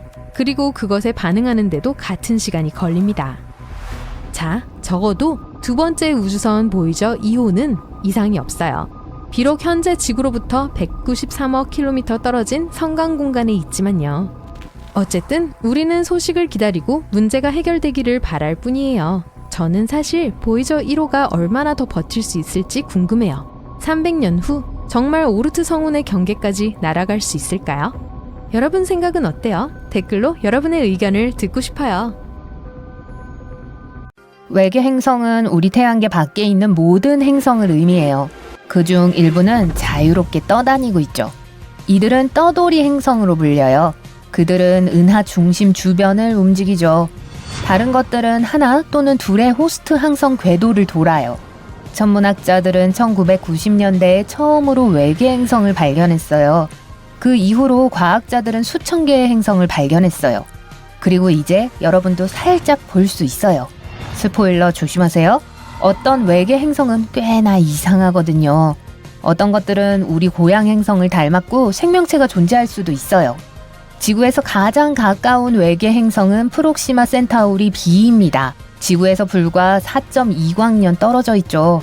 최근에 천문학자들은 이 세계가 자신들이 이전에 생각했던 것보다 지구와 훨씬 더 닮았을지도 모른다는 걸 발견했어요. 이곳은 우리 고향 행성보다 17% 더 커요. 태양보다 어둡고 덜 큰 항성 주위를 돌고 있죠. 프록시마 센타우리 B는 항성에 생명 거주 가능한 지대가 있어요. 그 뜻은 액체 상태의 물과 생명 자체가 행성에 존재하고 있을 수 있다는 걸 의미해요. 보아하니 이 외계 행성은 모항성과 동주기 자전으로 묶여 있는 것 같아요. 이는 행성의 한 면이 항성을 항상 향하고 있다는 뜻이에요. 그리고 다른 면은 항상 어둠 속에 있어요. 과학자들은 아직 이 행성에 대기가 있는지 여부를 알아내지 못했어요. 항성에 너무 가까이 여행하고 있고 지구 시간 11일 이내에 한 궤도를 완전히 다 돌아요. 항성에서 나오는 방사선이 행성의 공기를 끌어당기고 있을 수도 있어요. 만약에 그런 상황이라면 프록시마 센타우리 B의 표면에는 액체 상태의 물이 없을 가능성이 있어요. 글리제 832C는 지구로부터 16광년 떨어져 있어요. 우주 구조상 엄청 가까운 거리예요. 이 외계 행성은 지구보다 5배 더 크고 모항성에 훨씬 더 가까이 가요. 그래서 이 행성에서의 1년은 36일밖에 되지 않죠. 하지만 이 항성이 태양보다 훨씬 차갑고 어두운 적색 외성이라 글리제 832C는 우리 행성만큼 빛과 열을 받아요. 동시에 글리제 832C가 지구와 비슷한지의 여부는 아직 불분명해요. 아마 통제가 안 되는 온실 효과를 만들어내는 훨씬 더 두꺼운 대기를 갖고 있을 거예요. 이 현상은 행성이 우주로 도로 방출할 수 있는 것보다 더 많은 열을 호스트 항성으로부터 흡수할 때 일어나요. 그 뜻은 글리제 832C가 상대적으로 차가운 지구보다는 타는 듯이 뜨거운 금성에 더 비슷할 거란 걸 의미해요. 또 다른 지구와 비슷한 행성인 TOI 700D는 우리에게서 100광년 떨어져 있는 황새치 자리에 있어요. 이 행성은 태양의 질량과 크기의 약 40%에 달하는 작고 다소 차가운 외성 주위를 돌고 있어요. 이것의 표면 온도는 우리 행성의 절반 정도로 높아요. 가장 바깥쪽에 있는 TOI 700D 행성은 크기가 거의 지구만 해요. 또 모항성에 생명 거주 가능 영역 안에 있죠. TOI 700의 불꽃은 행성에 닿지 않아요. 이것으로 외계 행성에 생명체가 살 수 있는 가능성이 커져요. 이건 잠재적으로 생명을 발달시키고 유지할 수 있다는 걸 의미하죠. 과학자들은 이 행성 표면의 정확한 조건을 확실히 알진 못해요. 하지만 그들이 만든 컴퓨터 시뮬레이션 중 하나에서 바다로 뒤덮인 행성을 보여주었어요. 이곳은 이산화탄소가 우세한 매우 밀도 높은 대기를 갖고 있어요. 천문학자들은 화성이 어렸을 때 이런 비슷한 대기가 둘러싸고 있었을 거라고 생각하고 있어요. 하지만 또 다른 3D 모델에선 TOI 700D는 구름 한 점 없는 땅만 있는 세계로 나타났어요. 우리 지구가 바다로 덮여 있지 않았다면 그렇게 생겼을 거예요. TOI 700D의 바람은 행성의 밤이 있는 면에서 멀어져서 항성을 직접 마주보고 있는 곳에서 만나요. 아름다운 자홍색 때문에 나머지 외계 행성들 중에서 눈에 띄는 외계 행성이 있어요. 이 세상은 천여 자리에서 찾아볼 수 있어요. 이 행성은 글리제 504B예요. 이 행성과 모항성과의 거리는 태양과 목성 사이의 거리의 9배에 달해요. 이 행성은 비교적 최근에 형성되었고 아직도 열로 빛나고 있어요. 그래서 표면이 분홍빛으로 보이는 거예요. 태양에서 불과 20광년 떨어진 우주에서 볼 때 그리 대단한 거리가 아닌 곳에 이상한 떠돌이 행성이 우리 고향 은하계를 배회하고 있어요. 이 행성은 어느 항성의 궤도도 돌지 않지만 엄청나게 강력한 자기장을 갖고 있어요. 지구의 자기장보다 400만 배나 더 강해요. 이 외계 행성은 굉장한 오로라도 만들어내요. 2016년에 발견되었을 때 천문학자들은 갈색 외성을 발견했다고 거의 확신했어요. 행성이 되기에는 너무 크고 항성이 되기에는 너무 작은 물체를 말하죠. 하지만 후에 과학자들은 그 우주 물체가 갈색 외성이 될 만큼 충분히 크지 않다는 증거를 받았어요. 분명 이 행성은 동료들 사이에서는 매머드급이에요. 태양계에서 가장 큰 행성인 목성의 1.2배 넓이이며 12배 이상 무거워요. 천문학자들은 행성의 유난히 강한 자기장이 오로라를 생성하는 데 도움을 준 것 같다고 생각해요. 하지만 가장 흥미로운 건 지구의 오로라와는 다른 방식으로 생겨난다는 거예요. 아마 외계 행성의 위성이 이러한 빛쇼를 만드는 걸 돕고 있기 때문일지도 몰라요. 지구에서 2만 광년 떨어진 곳으로 이동하면 궁수 자리의 적색 외성에 가까워지게 될 거예요. 이런 별은 아주 차갑고 작아요. 이 차가운 별에서 꽤 멀리 떨어진 곳에 행성이 하나 있어요. 이 세계와 호스트 항성의 거리가 너무 멀어서 이 행성이 받는 열은 아주 적어요. 지금까지 발견된 행성들 중 가장 차가운 행성 중 하나죠. 행성의 평균 표면 온도는 섭씨 영하 218도보다 낮아요. 그래서 행성 전체가 두꺼운 얼음층으로 덮여 있는 거예요. 이 표면에 발을 내딛는다면 빙하, 평원, 그리고 얼음산만 보일 거예요. 그럼에도 천문학자들은 이 얼어붙은 표면 아래 깊은 곳에 생명체가 존재할 수 있다고 주장해요. 이 모든 것은 행성의 중심부가 내부 얼음을 녹일 수 있을 충분한 열을 생산할 가능성이 있기 때문이에요. 이런 경우 행성의 수면 밑에는 심지어 어쩌면 기이한 생명체들로 가득한 바다가 있을 수 있어요. 우리가 알고 있는 가장 오래된 외계 행성 중 하나는 PSR B162026b예요. 약 127억 살이죠. 45억 년 전에 나타났던 지구보다 거의 3배 더 나이가 많죠. 이것은 또한 행성의 기원이 빅뱅 이후 약 10억 년 후에 형성되었다는 걸 의미해요. 이 행성의 나이가 너무 많아서 이것의 두 모왕성은 백색 외성과 초당 거의 100회 회전하는 펄사로 진화하기에 충분한 시간이 있었어요. 이 행성의 일출은 분명 멋질 거예요. 다음 외계 행성은 여러분이 이전에 봤던 다른 행성들과는 전혀 같지 않을 거란 걸 장담해요. 이것은 종종 슈퍼 토성 또는 스테로이드 맞은 토성이라고 불려요. 그건 J1407b가 거대한 고리 체계를 갖고 있기 때문이에요. 이것은 우리 토성의 640배 크기예요. 이 기이한 세계는 지구에서 434광년 떨어져 있어요. 우리가 아는 토성과 비슷한 고리를 가진 유일한 행성이죠. J1407b를 우리 태양계로 옮기고 토성 자리에 그걸 대체한다면 그 고리는 보름달보다 몇 배 더 커 보일 거예요. 천문학자들은 이 행성의 고리 중간 지점에 있는 틈을 발견했어요. 화성 크기의 외계 행성이 이 틈 어딘가에서 행성을 공전하고 있을 가능성이 높아요. 만약 이 위성에 산다면 하늘을 올려다볼 때마다 멋진 경치를 볼 수 있을 거예요. WASP-12b라고 불리는 이 외계 행성은 항성에서 나오는 빛을 잡아먹어요. 이것은 사람들이 알고 있는 가장 어두운 세상 중 하나예요. 이 모든 건 이 행성의 햇빛을 받는 쪽이 빛을 우주로 반사하기보다는 잡아먹기 때문이에요. 이 행성은 목성의 2배 크기로 거대해요. 그리고 대기권에 도달하는 빛의 94% 이상을 가두죠. 이게 행성 표면에 미친 듯한 온도의 주 원인인 것 같아요. 섭씨 2500도까지 올라갈 수 있어요. 태양 표면의 거의 절반 정도로 뜨겁죠. WASP-12b는 호스트 항성에 너무 가까이 접근해 궤도를 도는데 하루밖에 걸리지 않아요. 반표면은 빛을 받는 표면보다 뜨겁지 않고 겨우 섭씨 200도예요. 이 온도 차이로 수증기와 구름이 행성 표면 위로 모여요.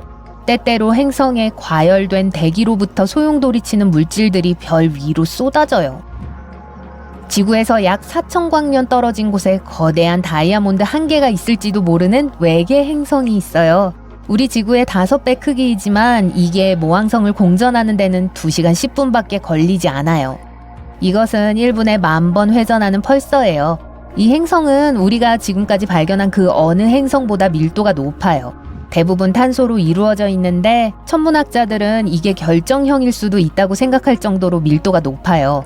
만약 이게 사실이라면 적어도 행성의 일부는 다이아몬드일 수 있다는 걸 의미해요. WASP-176b에서는 행성의 밤쪽에 철이 비처럼 쏟아져요. 그리고 낮 쪽의 온도는 섭씨 2400도까지 올라가요. 이건 대부분의 금속을 증발시킬 만큼 엄청 뜨거운 거예요. 이 외계 행성은 목성보다 약간 작고 지구에서 640광년 떨어져 있어요. 이 세계에 이런 무시무시한 기상 조건은 이것의 특이한 궤도 때문에 발생해요. WASP-176b와 그것의 모왕성 사이의 거리는 수성과 태양 사이의 거리보다 10배 짧아요. 그래서 이 별과 거대한 행성은 동주기자전을 하고 있죠. WASP-176b의 한쪽 면은 항상 항성을 향하고 있고 다른 한쪽은 항상 칠흑같이 어두워요. 이 밝은 파란색의 외계 행성은 지구에서 62광년 떨어져 있어요. 목성보다 조금 더 크고 차분하고 평화롭게 보여요. 이 푸른색이 우리의 고향 행성을 연상시킬 수도 있어요. 하지만 이 익숙한 모습은 행성의 무시무시한 자연을 숨기고 있어요. 이 아름다운 빛깔은 대기를 구성하는 규산염 원자와 입자들에서 나오는 거예요. 근데 이 행성의 풍속은 시속 8,700km에 이를 수 있어요. 이건 음속의 7배예요. 그곳의 온도는 섭씨 870도까지 올라갈 수 있어요. 하지만 이게 최악이 아니에요. 이 기이한 세상엔 유리비가 옆으로 내려요. 그러니 이곳은 아마 여러분이 휴가 보내고 싶은 장소는 아닐 거예요.